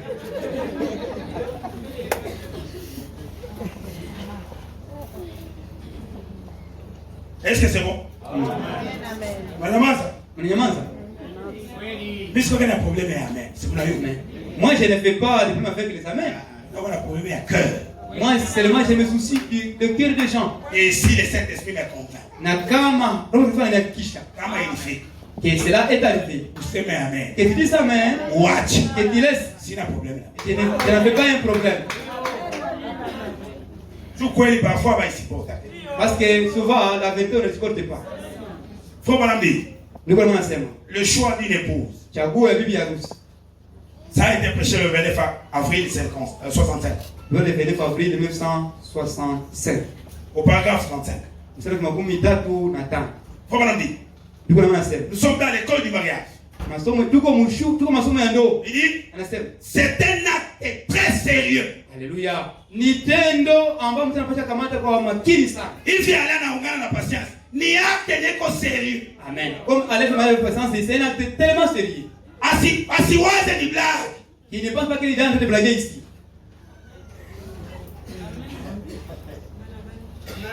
C'est Branham, c'est pas moi. Namu anasema ile neno. Haiko mimi. Il dit Anasema le choix d'un époux uchagua bwana harusi ou d'une épouse. au uchagua bibi harusi. Car ce feu est Kwa kuwa ile naziri iko jusqu'à ce que la mort nous sépare. iko mpaka kifo tutenganishe. Comment on dit? Bwana anasema Nous devrions respecter cela. tulipasha heshimia ile naziri. Amen. Et vous avez prononcé ces vœux devant Dieu. Na unaweza kutamka ile naziri mbele ya Mungu. Que seulement la mort vous en séparerez. Kwamba ni kifo tu ndio tutenganisha ile naziri. Un homme Mwanaume sensé Mungu na akili qui planifie son futur devrait choisir cette épouse avec soin. mwenyewe anapangilia maisha yake ya ujio, anapaswa kushughulikia ubibi katika hali yake yote. Amen. Dans cette école, on n'est pas pressé. Amen. Mwa hii masomo tuweke na haraka. Cette école n'accepte pas l'agitation. Hii masomo peleka watu kwa baika baika. Poupa. Amen. Uko na pupa pupa. Surtout moi aussi, tu connais pas. C'est tout cette époque qui est en train de jouer. Où est-ce que les lunettes? Tu as vu ses lunettes? Où est-ce que tu Tu as vu son élégance quand il marchait? Oh frère, vous allez où, ami? Vous allez me tuer moi là-bas. Je me rappelle, il y a un frère qui nous disait comme ça. Quand nous m'avons tombé à la ville. Il nous avait dit ça. On a tombé à la ville. Frère, Nous. moi j'aime cette scène. Mimi napenda kwa dada. Kama nikuliwa watalio. Kama nikuliwa bameniue tu. Ça y est. Maintenant que je parle. Mais là. Aliko pas. Maintenant que je parle, ils ne vivent plus ensemble. Na ikashoka ka frère kwa safu. Amen. Et c'est là que le frère est devenu comme un fou. Baka saya ya wa. Jusqu'aujourd'hui, il ne s'est jamais marié. Dieu les rêve.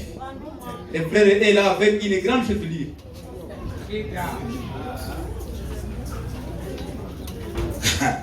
Dieu bénisse. Mungu awabariki. On dit, Niko na maana sema. soyez prudents Amina. Muwe na busara dans ce que vous faites. katika mambo ambayo mnafanya. Et une femme Na mwanamke qui choisit un mari, anachagua bwana ou plutôt qui accepte le choix du mari, au anakubali chaguo la bwana, devrait agir alipaswa kutenda, avec grande prudence, alipaswa kuwa na busara nyingi sana, et particulièrement en ces jours-ci. na kipekee sana mwa hii siku ambayo tunaishi. Tout homme doit bien réfléchir Kile mwanaume yote alipaswa kwanza kuwaza mzuri et prier na ombe avant de choisir sa femme. mbele achague bibi yake. Na mimi anasema hivi. Amen. Il dit, Anasema, je crois que naaminia kuwa c'est actuellement ce qui est la cause de tant de divorces. naaminia kwamba kwa sababu watu waombake ndio maana kuna talaka nyingi sana mandoa leo. En Amérique, Huko Amerika. où l'Amérique est en tête. Amen. Huko Amerika ndio ya kwanza manchi zote. En ce qui concerne les cas de divorce. Makesi za kutalikana mundoa. Nous en sommes sur le reste du monde. Amina. Sio kwa kwanza dunia yote mzima. Nous croyons être une nation chrétienne. Tunajaminia kuwa taifa ambalo ni ya Kristo. Et pourtant, Japokuwa il y a plus de divorces ici, japokuwa mwii nchi yetu mko talaka nyingi dans cette nation, mwa hii taifa que partout ailleurs. kushinda manchi zingine. Quel est le reproche pour nous? Sasa hii ni kemeo gani kwetu? C'est tribunal de divorce. Hii parquet za divorce. Je pense que la raison de cela réside dans le fait que l'homme et la femme se sont éloignés de Dieu. Amina. Naamini kwamba kisa ya kuona tuko talaka nyingi sana kwetu Amerika ni kwa kuwa mwanaume na mwanamke wote wajitenga mbali na Mungu. Et l'on voit que si un homme nasema kwamba kama mwanaume et une femme na mwanamke prier à ce sujet, bangeombea hii jambo, écoutez, sikia, pas seulement regarder à ses beaux yeux. Alléluia. Hapana tu kuangalia macho yake ya urembo ya kiana. Quand il m'a regardé, Sasa tunaangalia hapo, j'ai changé d'avis. Sasa rembo tu hivi kuadisha maoni yangu. Papa a dit on va donner des chèvres. Moi je vais donner 4. Baba yangu alisema tutapana mbuzi 2. Mimi ndapana mbuzi 4. Eh, il va me tuer vraiment. Ces yeux-là. Basi ni wewe tu, kisa naangalia hata tu. Il va tuer Taïch. C'est regarde là, va cesser le jour. Il Taïch. Ça va cesser. Amen. Ça va te dire mon filmer. Unaomba mama kwa maana wao hauna miguu ya kushima pale kwenye huu. Quand il mettra c'est dans les fumées. Ça va demander. Non, je peux tout faire. Il va te dire, toi tu n'as pas aussi des mains. Kabila mbaya. C'est toi aussi du Vous êtes petit haya. Oh. Parce que tu es chef. Vous posez la honte partout, vous voulez être le chef. Unafanya introspection. Unashangalia wewe mwenyewe. Unaangalia simu ulianza. Unaangalia simu ulianza. Ni upi wala. Tu vas faire l'introspection. Est-ce que c'est encore elle ou c'est pas elle? C'est elle, c'est toujours elle. Bien aimé. Mungu anataka kumwambia kweli. Venez pour qu'on vous dise la vérité. Et la vérité c'est cette parole. Na kweli ni hili neno. Moi je crois. Mimi naamini. La chose qui garde la vie des couples. Kitu ambacho linda mnyumba c'est la parole ni neno et la vie de prière. Na maisha maombi. Kama huna vile viwili, tu ne fais pas les deux choses là-bas. Usishangalie na kenye kitatokea. Ne soyez pas étonné par une chose qui va vous surprendre. Votre partenaire peut vous répondre comme ça. Kujibia hivi. Mais unakosa waziri wa. Vous va demander, je vais commencer par où? Est-ce que ni yeye? C'est encore elle? Haiko yeye? Ou ce n'est pas elle? Ni muenregistrer akisikia baadaye ao. Faut-il enregistrer pour entendre ce qu'il me dit? Una planté. Et là tu es stupéfait. Et puis il ou elle te fait comme ça. Wakati yeye au yeye anakutendea vile. Na hizi mafoto zi. Et alors qu'il les fait devant ses photos. Unaangalia liwe hauko. Liwe n'est pas dans ma maison. Colonne de feu. Hauko vraiment. Vraiment tu n'es pas ici. Tout cela c'est tout dans votre maison.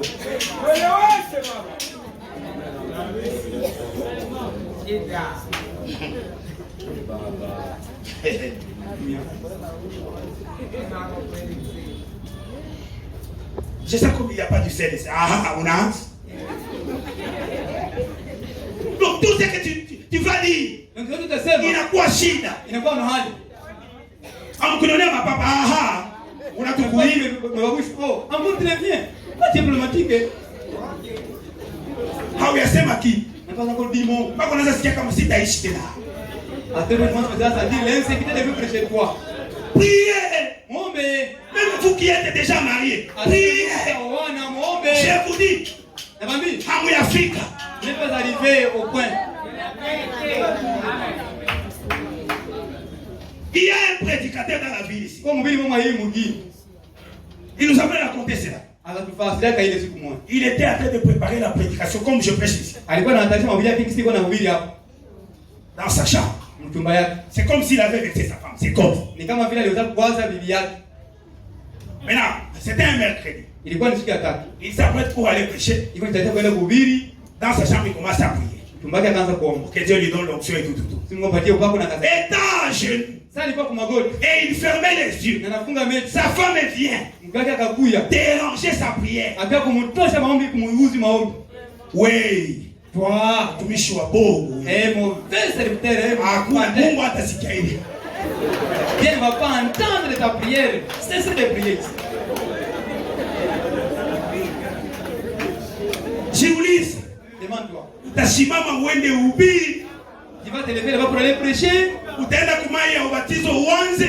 Ou tu vas encore retourner aux autres baptêmes pour recommencer. Au utafanya. Qu'est-ce que tu feras? Je vous dis les vérités qui se trouvent dans cette école. Ton partenaire te dit, Sinaki, je n'ai rien. Tu n'as même pas quelque chose pour acheter le pain, je n'ai rien. Ça c'est à 18h. 7h30.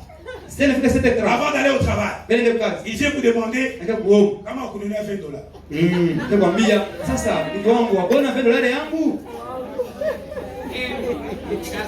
Imaginez-vous le climat.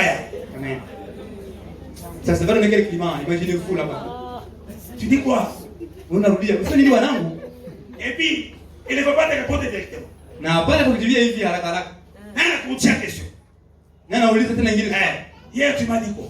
Toi, tu as posé la question. Tu n'as pas vu mon argent. Elle te répond. Tu m'as dit quoi hier?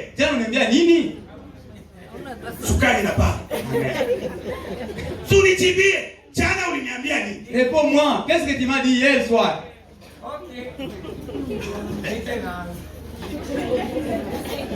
Ah, hier soir. Amen. Il faut prier. Dans le message, il y a tout. Vous voulez avoir un mari responsable. Demeurer dans la parole. Et prier Dieu. Vous voulez avoir une femme responsable. Une femme qui est femme. Priez Dieu. Et demeurer dans la parole. Amen. Tu l'as dit, on va tourner dans ce babo. Amen. Parce qu'aujourd'hui, j'ai commencé à dire. Oui. Chérie, est-ce que tu t'es lavé? Oui, je me suis lavé. Chérie, mais connaissant ta femme ou ton mari, sa réponse est là. Elle n'est pas convaincante. Kama bwana nawa nakufanya miguu ya hivi. Mais aya na mbele nao meiko hivi. Amen. Quand mon mari a fait la douche, ses pieds ressemblent comme ceci, mais quand il n'a pas fait la douche, ses pieds ressemblent comme ceci. Les gens commencent à mentir.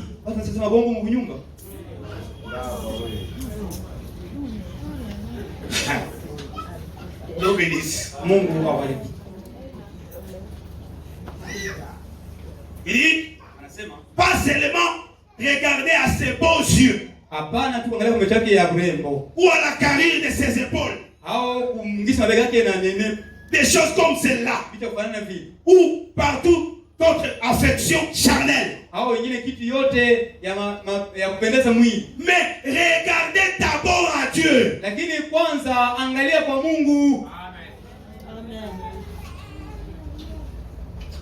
En lui demandant, oh Dieu, est-ce là ton plan? Et si nous examinions de plus près ce que nous allons faire en nous mariant, quand nous choisissons notre femme ou notre mari, si nous l'examinions de près, un homme devrait prier avec sincérité, car il risque de ruiner sa vie entière. Rappelez-vous de ces feux jusqu'à ce que la mort nous sépare. Et il y a une autre citation, même jusque dans l'éternité. Et s'il a fait un mauvais choix, et s'il se marie à une femme qui n'est pas faite pour lui, bien que le sachant, il ne pourra s'en prendre qu'à lui-même. Ce sera sa faute. Et si une femme prend pour époux un homme qu'elle sait être incapable d'être un bon mari, ce sera tant pis pour elle. Car avant de s'unir, elle connaissait le pour et le contre. Donc, vous ne devriez pas vous marier avant d'avoir sincèrement prié.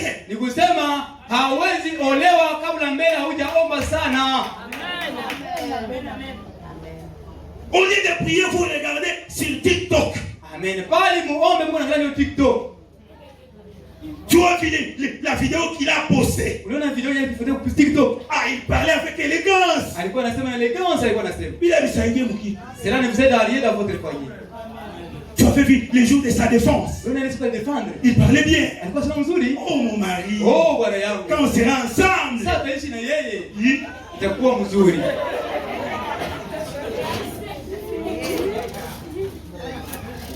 Tu as vu quand on a fait cette sortie là. Il a dépassé combien? Allez, dépenser $100. Elle dépensait $100. Nous étions à 4. Ah, quelle fille! Oh, fille de bénédiction. Peut-être il a fait pour vous avoir. Ou ta femme n'a katana ou on a capable. Et une fois vous mariez, tu vas faire 5 ans sans voir le panorama. Na ukikunya fantama yako lienda kwa mzazi wa kito. Wala uliingia kufe. Mais moi kwa hata iuza. Amen. Et si tu prends des fantasmes, c'est-à-dire tu as trouvé l'occasion de quelqu'un qui a fait le mutalengue ou qui a été au mariage, mais chez toi tu ne verras jamais les fantasmes. Vous devez prier. Vous devez savoir dans quoi vous voulez vous plonger.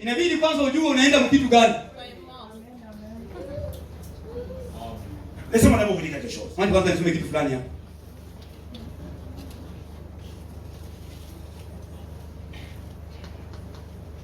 Dans cette école du mariage, alléluia. Moi il est somme ya ndoa. Ou l'école de mariée. Je vous dis certaines choses qu'il faut éviter. Vous devez éviter la précipitation. Faut faire attention. Quelque chose qui vient pouf. Vous n'avez pas prié. Le pasteur n'est pas informé. Les parents. Mais ouais, où est-ce il a décidé tout. Mchungaji, diamant, la famille. Évitez la précipitation ou l'agitation. Parce qu'il y a des gens, surtout quand les deux familles sont déjà informées que nous allons voir un mariage. Et si l'église est déjà informée, au lieu que les gens puissent aller maintenant doucement, l'étape là qu'on appelle le fiançailles.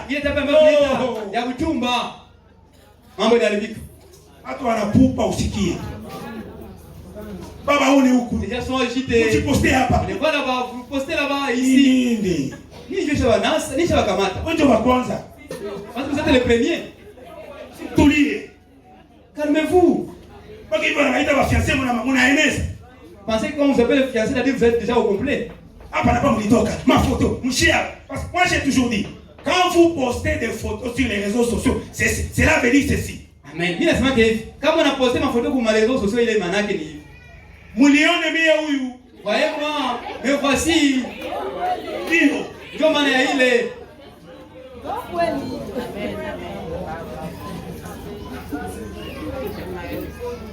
Amen. Amen.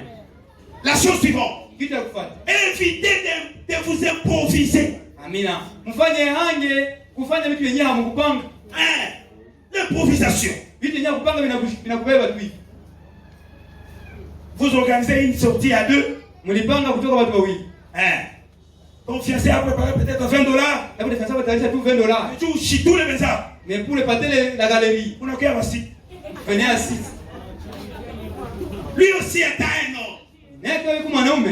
Asipate anaingia de. Pour ne pas avoir la honte, il va demander un crédit. On a toka pas la fille, niko na chérie. Tu vas sortir là-bas gonflant. Oh, j'ai une chérie. Ana ilitunza. J'ai des chéris qui sait me soigner. Ana kutunza. Il te soigne. On a eu après les soirées qu'on a wasabi. Tu sais pas ce que tu es en train de penser quand vous allez partir. Arrêtez d'impressionner. Amen. Amour, tiens quoi na kitu la watu. Hii ekola ifananake na nyingine. Amen. Hii masomo yetu ya ndoa hafanake zingine. Tu as vu comme le bien-aimé il était habillé. Ona kisi mkono kwa na vala. Frère Alain. Ndugu Alain. Kishabie tunjo bongo. Sema yule pia zaga la bongo yenu. Pas ça tranquille. Nani ataniona tu. C'est bien. Ni mzuri. Mais vous avez quoi? Sasa uko na ngapi? S'il est habillé comme ça, il n'a pas ramassé. Kama anafanya mzuri za kulokota. Il a payé. Aliuza Il a kwa acheté. alinunua. Et vous voulez faire comme lui. Vous avez quoi? Naona penda kumuiga. Uko na ngapi? En 2024, 2024. le frère Alain, Alain, il avait fait son mariage. Moi je suis en 2025. Mais marié sans fête. Non. Bongo il est. Non. S'il faut m'endetter, je vais m'endetter. Kama ni deni ndakula tu. Mingi. Quoi le problème? Prenez la dette, il n'y a pas de soucis. Nous on va venir, on va manger. Tu te coules. Mais on t'allait pas nous. Mais celui qui va payer la dette, c'est toi. Je vais les poupées. Moi, il m'a sauvé à vie. Mais dans cette école, n'entrez pas comme ça. Qui là-bas, tu connais la classe A? Amen.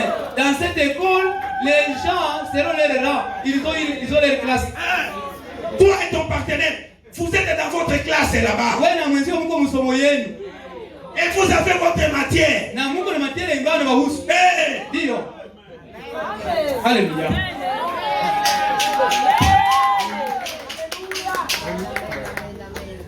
Arrêtez d'impressionner, vous allez vous tuer.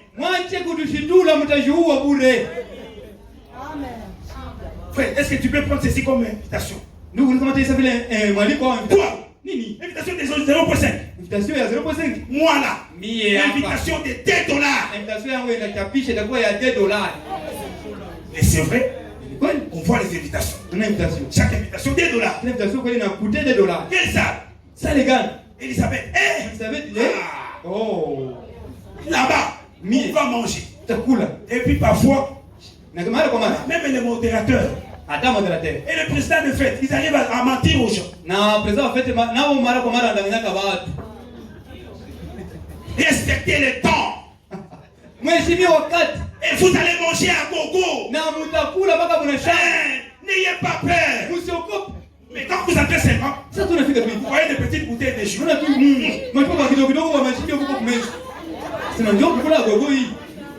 Il n'y a rien ici. Mais ce qu'on vous dit, c'est autre chose. Pourquoi vous voulez impressionner?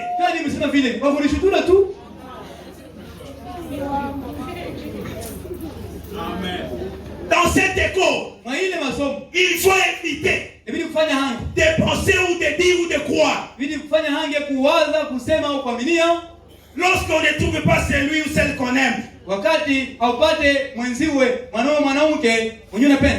on accepte celui ou celle qu'on voit. Ishaomba sana. J'ai déjà prié longtemps. Mwenye tu anapiga hoti na mimi najedea. C'est lui qui viendra, que je l'aime vraiment partir. Dans cette école. Mwenye masomo. Alléluia. Amen. Ce n'est pas comme ça dans l'école du matin. Est-ce que c'est bon? C'est ni mzuri. Si vous aimez applaudissez. Kama mnapenda hii mafundisho yetu ya leo. Amen. Amen. Dans cette école, évitez la routine. Alléluia.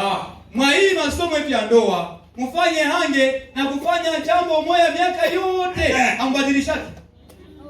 Il a évolué. La science évolue. Maisha yanabadilika. La vie change. Wewe uko immiwable. Wanabakia yule jana leo na hata milele. C'est terrible. Haiwezekani. Évitez d'être trop mécanique. Amina. Mfanye hange kubakia tu mgumu. Immobile. Mwenye hatikisiki. Kama kuna pita 10 ans, ulikuwa na hukuma kukaribisha watu, inakuwa 20 ans, vile. Amen. Si tu avais du mal à approcher les gens, il y a déjà 20 ans, c'est toujours la même personne. Pourquoi mon dit? Tu es dans quoi? Dieu bénisse. Mungu awabariki. Aussi autre chose, na kitu kingine, évitez de faire l'impossible. Amina. Kitu kingine muhimu masomo yetu ya ndoa, mfanye hange kufanya kitu yenye haiwezi kuwezekana. Quelqu'un peut dire au pasteur, pasteur, je m'adopte. Je m'assais le veste. C'est tout. Et je voudrais que vous nous bénissiez. Et après, bénédiction, il n'y a pas même les photos. Et je ne serai pas complexe. Et je n'attendrai pas. Na sitangoya muda mrefu. Parce que les histoires même de fêtes, je n'en veux pas. Juu ya mafeta hata na sina muda. Il a les droits. Mais on peut bénir son mariage. Ce n'est pas une compétition. Amina. À chaque mariage, il faut qu'il y ait une fête. Esprit à Bukavu. Amen. Il y a des rôles à Bukavu. Et c'est pourquoi beaucoup de gens sont plongés dans des dettes. Tu commences la vie du mariage en ayant des dettes. À tout temps, vous appelez. Maintenant, faut nous passer quelques jours pour prendre de notre argent. Faut éviter. Mais dans cette école, ce qu'on nous demande, c'est sentir toujours au fond de votre cœur que sans lui ou sans elle, il n'y a pas personne qui soit meilleur que lui ou qu'elle.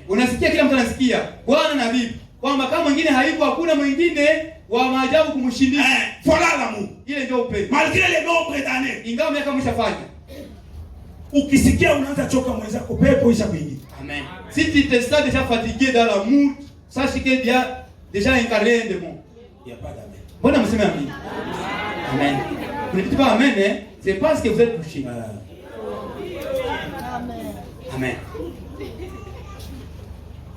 Dans cette école, chaque flèche allait. Alléluia.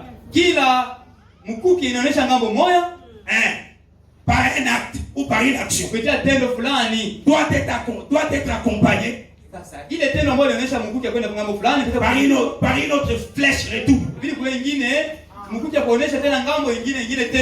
Kama mwenzako anakuita sheri na wewe muite sheri. Ni kusema mzee kuita sheri na wewe muite sheri. Ikikuwa upendo kulalia ngambo moja. Si c'est l'amour au sens unique, kuna shida. Vous aurez un problème. Amen, amen. Mwenzako anajitatanua.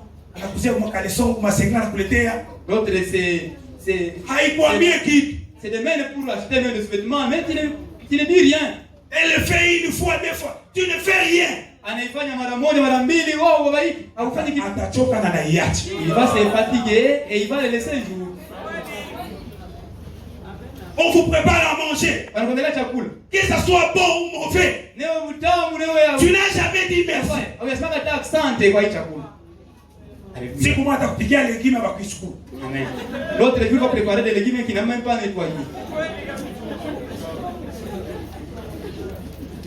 Quand quelqu'un fait quelque chose de bien dans la vie des couples, wakati mtu anafanya kitu mzuri maisha ya nyumba, ça doit vous interpeller, inapaswa kukuvuta, vous attirer, kukuita vous aussi. Na mimi il faut faire comme lui, na mimi nifanye misa, il faut faire comme elle. Amen.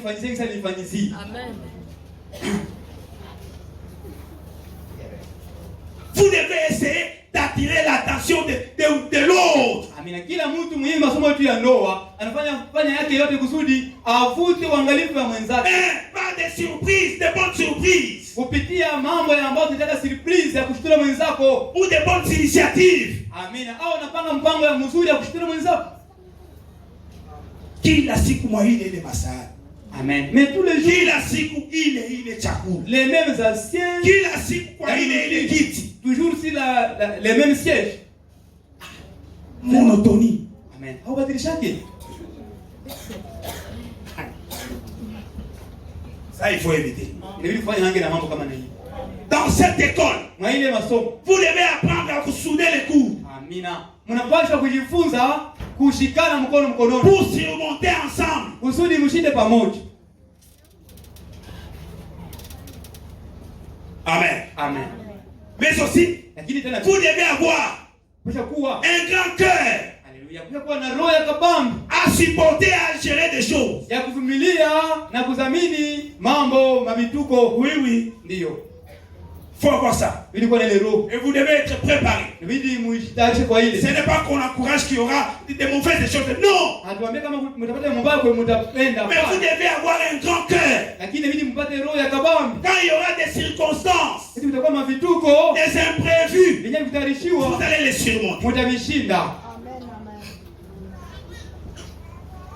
Est-ce que c'est la vérité? Amen. Mais comme on le dit souvent ici à Bukavu,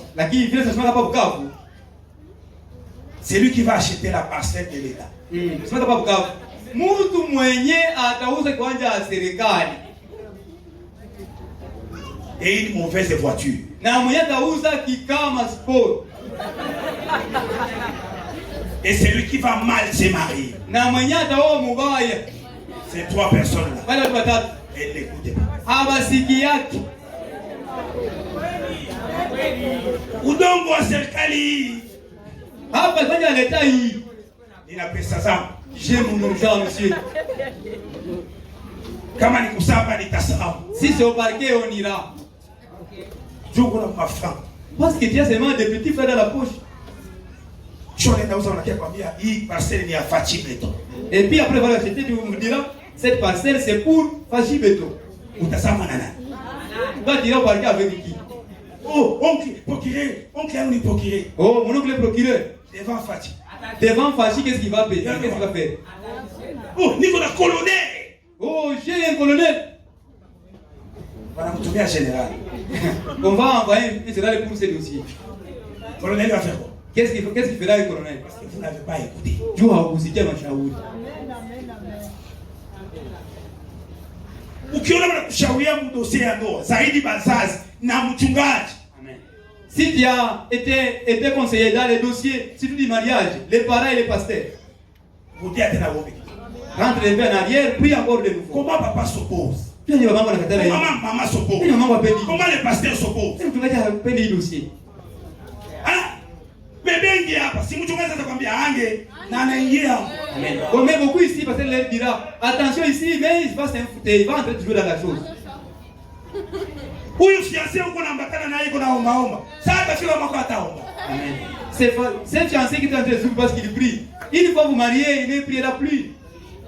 Vous faites une sortie chez les Indiens. On a toi comme on est et avant de manger, on va prier. Et toi là tu dis, oh Seigneur, tu m'as donné quelle femme, oh mon Dieu.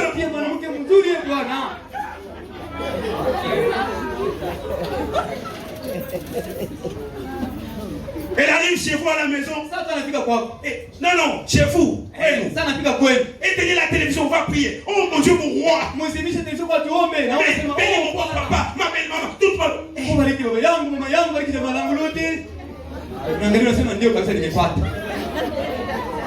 Eh, vous commencez déjà à projeter. Mes enfants prieront beaucoup comme leur maman prie. Kisi mama wanekana nako niko naonyesha Biblia kuna Yesu hapo. Tu vas déjà commencer à voir une nostalgie passer comme tu vas une image dans les livres de témoins. Là où il y a une maman, un papa qui a fait les pieds devant la Bible.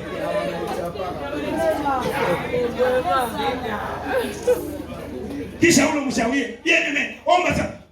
Arrêtez bien, arrêtez. Puis c'est là que déjà projeté ainsi. Ose un peu les conseils, va dire il ne faut pas me dérouter. Ou si tu es musulman, si tu pries, quand mon homme, mon fils, si tu te visites, quand mon homme te visite aussi, qu'est-ce qu'il y a? Parce que c'est mon tour. C'est là que tu veux venir te conduire. Arrêtez. Et toi tu arrêtes. Une année après, vous regardez les bien-aimés. Même sans parler, son apparence vous expose les problèmes. Alléluia.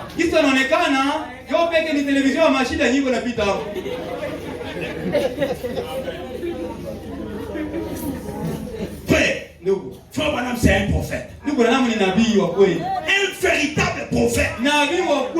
Et il nous a prêché la vérité. Il dit ceci. Moi, Branham, je crois dans le fait de crier. Alléluia.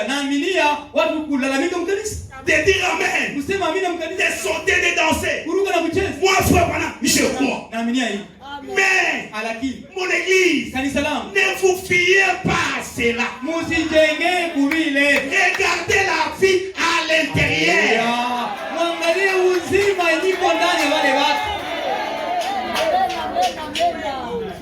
Amen. C'est la vérité.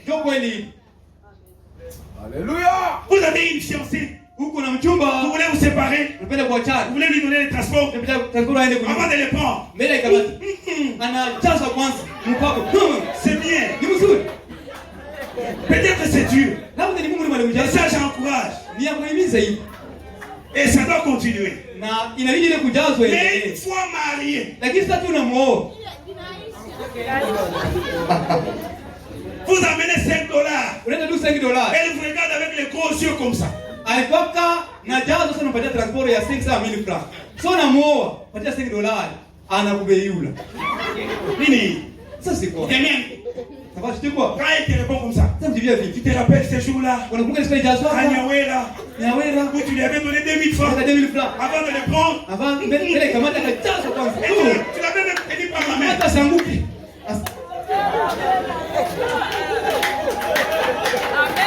Alléluia.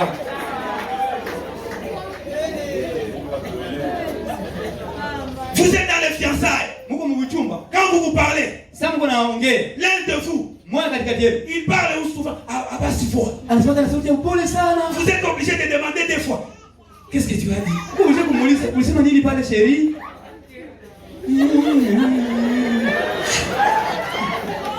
Alléluia. Et vous vous dites, non, on n'a jamais. Oh Seigneur. Oh, voilà, ne me pas ta. Quelle fille. Ah, alléluia. Je serai un chef chez moi. D'accord, chef comme moi là. Je ne serai pas en train de donner. C'est quoi la donner? On fait 12 femmes comme ça. Non.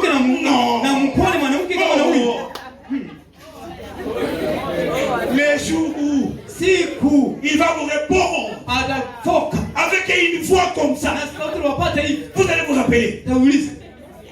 Ces jours-là, nous étions chez Frère Coach dans la communion. Mais je lui demandais au moins 2-3 fois qu'est-ce qu'il dit. Je n'écoutais même pas. Mais cette fois, celle d'aujourd'hui, elle vient d'où? Là-bas, le Michapokea Tchèti.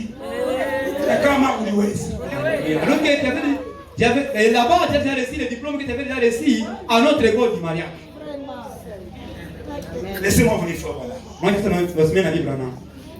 La statue d'un homme parfait. Prêché le 14 octobre 62. Le 14 octobre 1962. Au paragraphe 34.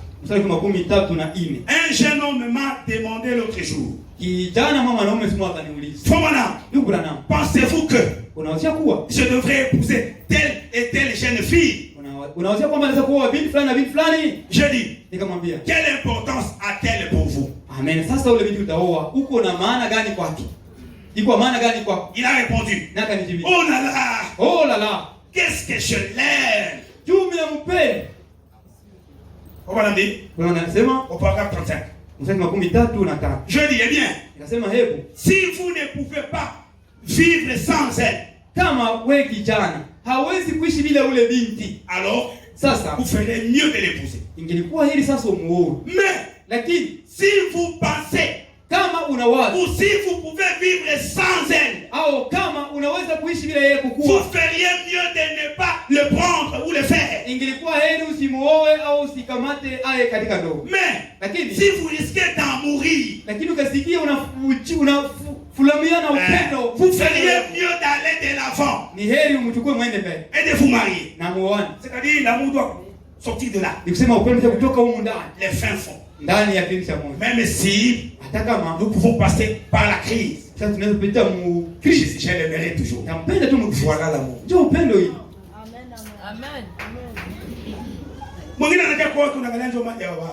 Amen. Nikikuwa beau foyer jamaa. Si je venais le beau-frère de cette famille, parce que ça vous a cassé. Je ne manquerai pas de travail. Ok, mon beau-père a des camions.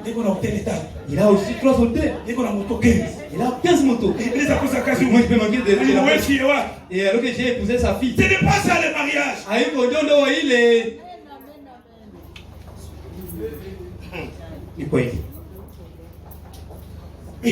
C'est la fille du pasteur. Tu vas pasteur, oui. Oh, peut-être un jour il pourra me faire diacre. D'accord, tu as brebis. Même si tu as épousé mon époux et ma fille, toujours une brebis de l'église. Tu vas rester brebis. Brebis, mon fils. Mais donc, qui a kondo kanisa lakini uko muko wangu. Je ne ferai même pas les huissiers de l'église.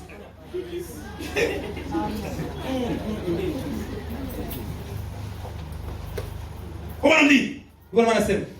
Donc, ce que j'essayais de lui dire, ou de lui faire comprendre, c'était ceci. C'est que si vous l'aimez tellement, eh bien, en ce moment, avant d'être marié,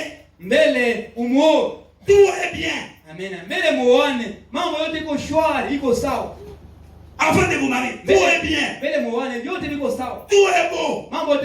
Mais une fois marié, les labeurs et les épreuves de la vie commencent. Voilà cette école. C'est à ce moment-là que vous devez être tellement amoureux que vous vous comprendrez l'un et l'autre. Quand elle vous décevra, ou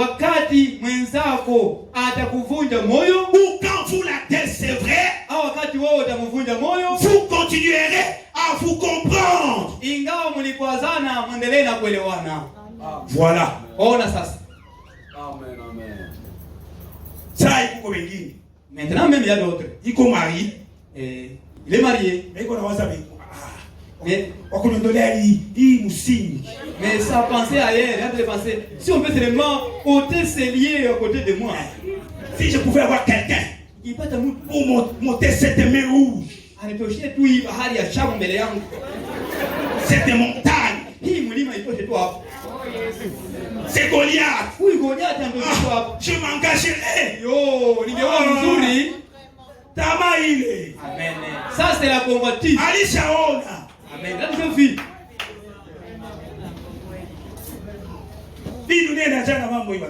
Ce monde est rempli de choses, mes frères. Amen. Et beaucoup voyez ici, dites oh, mon mari est fidèle. Mon mari est fidèle. Ma femme elle est fidèle. Amen. C'est parce que vous n'avez jamais sorti de cet endroit. Amen. Si déjà voyagé, ton long voyage c'est d'ici jusqu'à Mugo. Ou à Ouvir. Ou d'ici à Ouvir.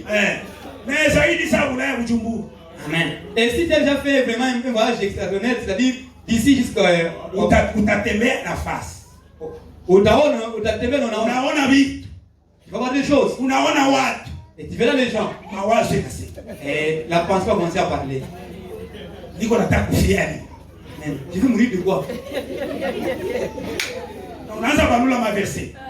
Et tu vas commencer déjà à retourner. L'écriture dit ce que Dieu a uni, c'est ça qu'on ne peut pas se. Est-ce que vraiment mon foyer, c'est Dieu qui l'a uni? Non. Amen. Je pense maintenant mon moment. Quand vous allez revenir à la maison, c'est une personne échangée. Tu lui dis, moi on n'écoute plus.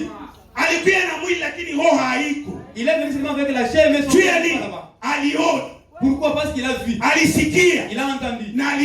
Et il a senti. C'est pas facile. Dieu bénisse, pasteur. Je termine. Comment on dit? Avec la dernière citation, il dit l'invasion des États-Unis. Amina. Uvamizi wa l'Amérique.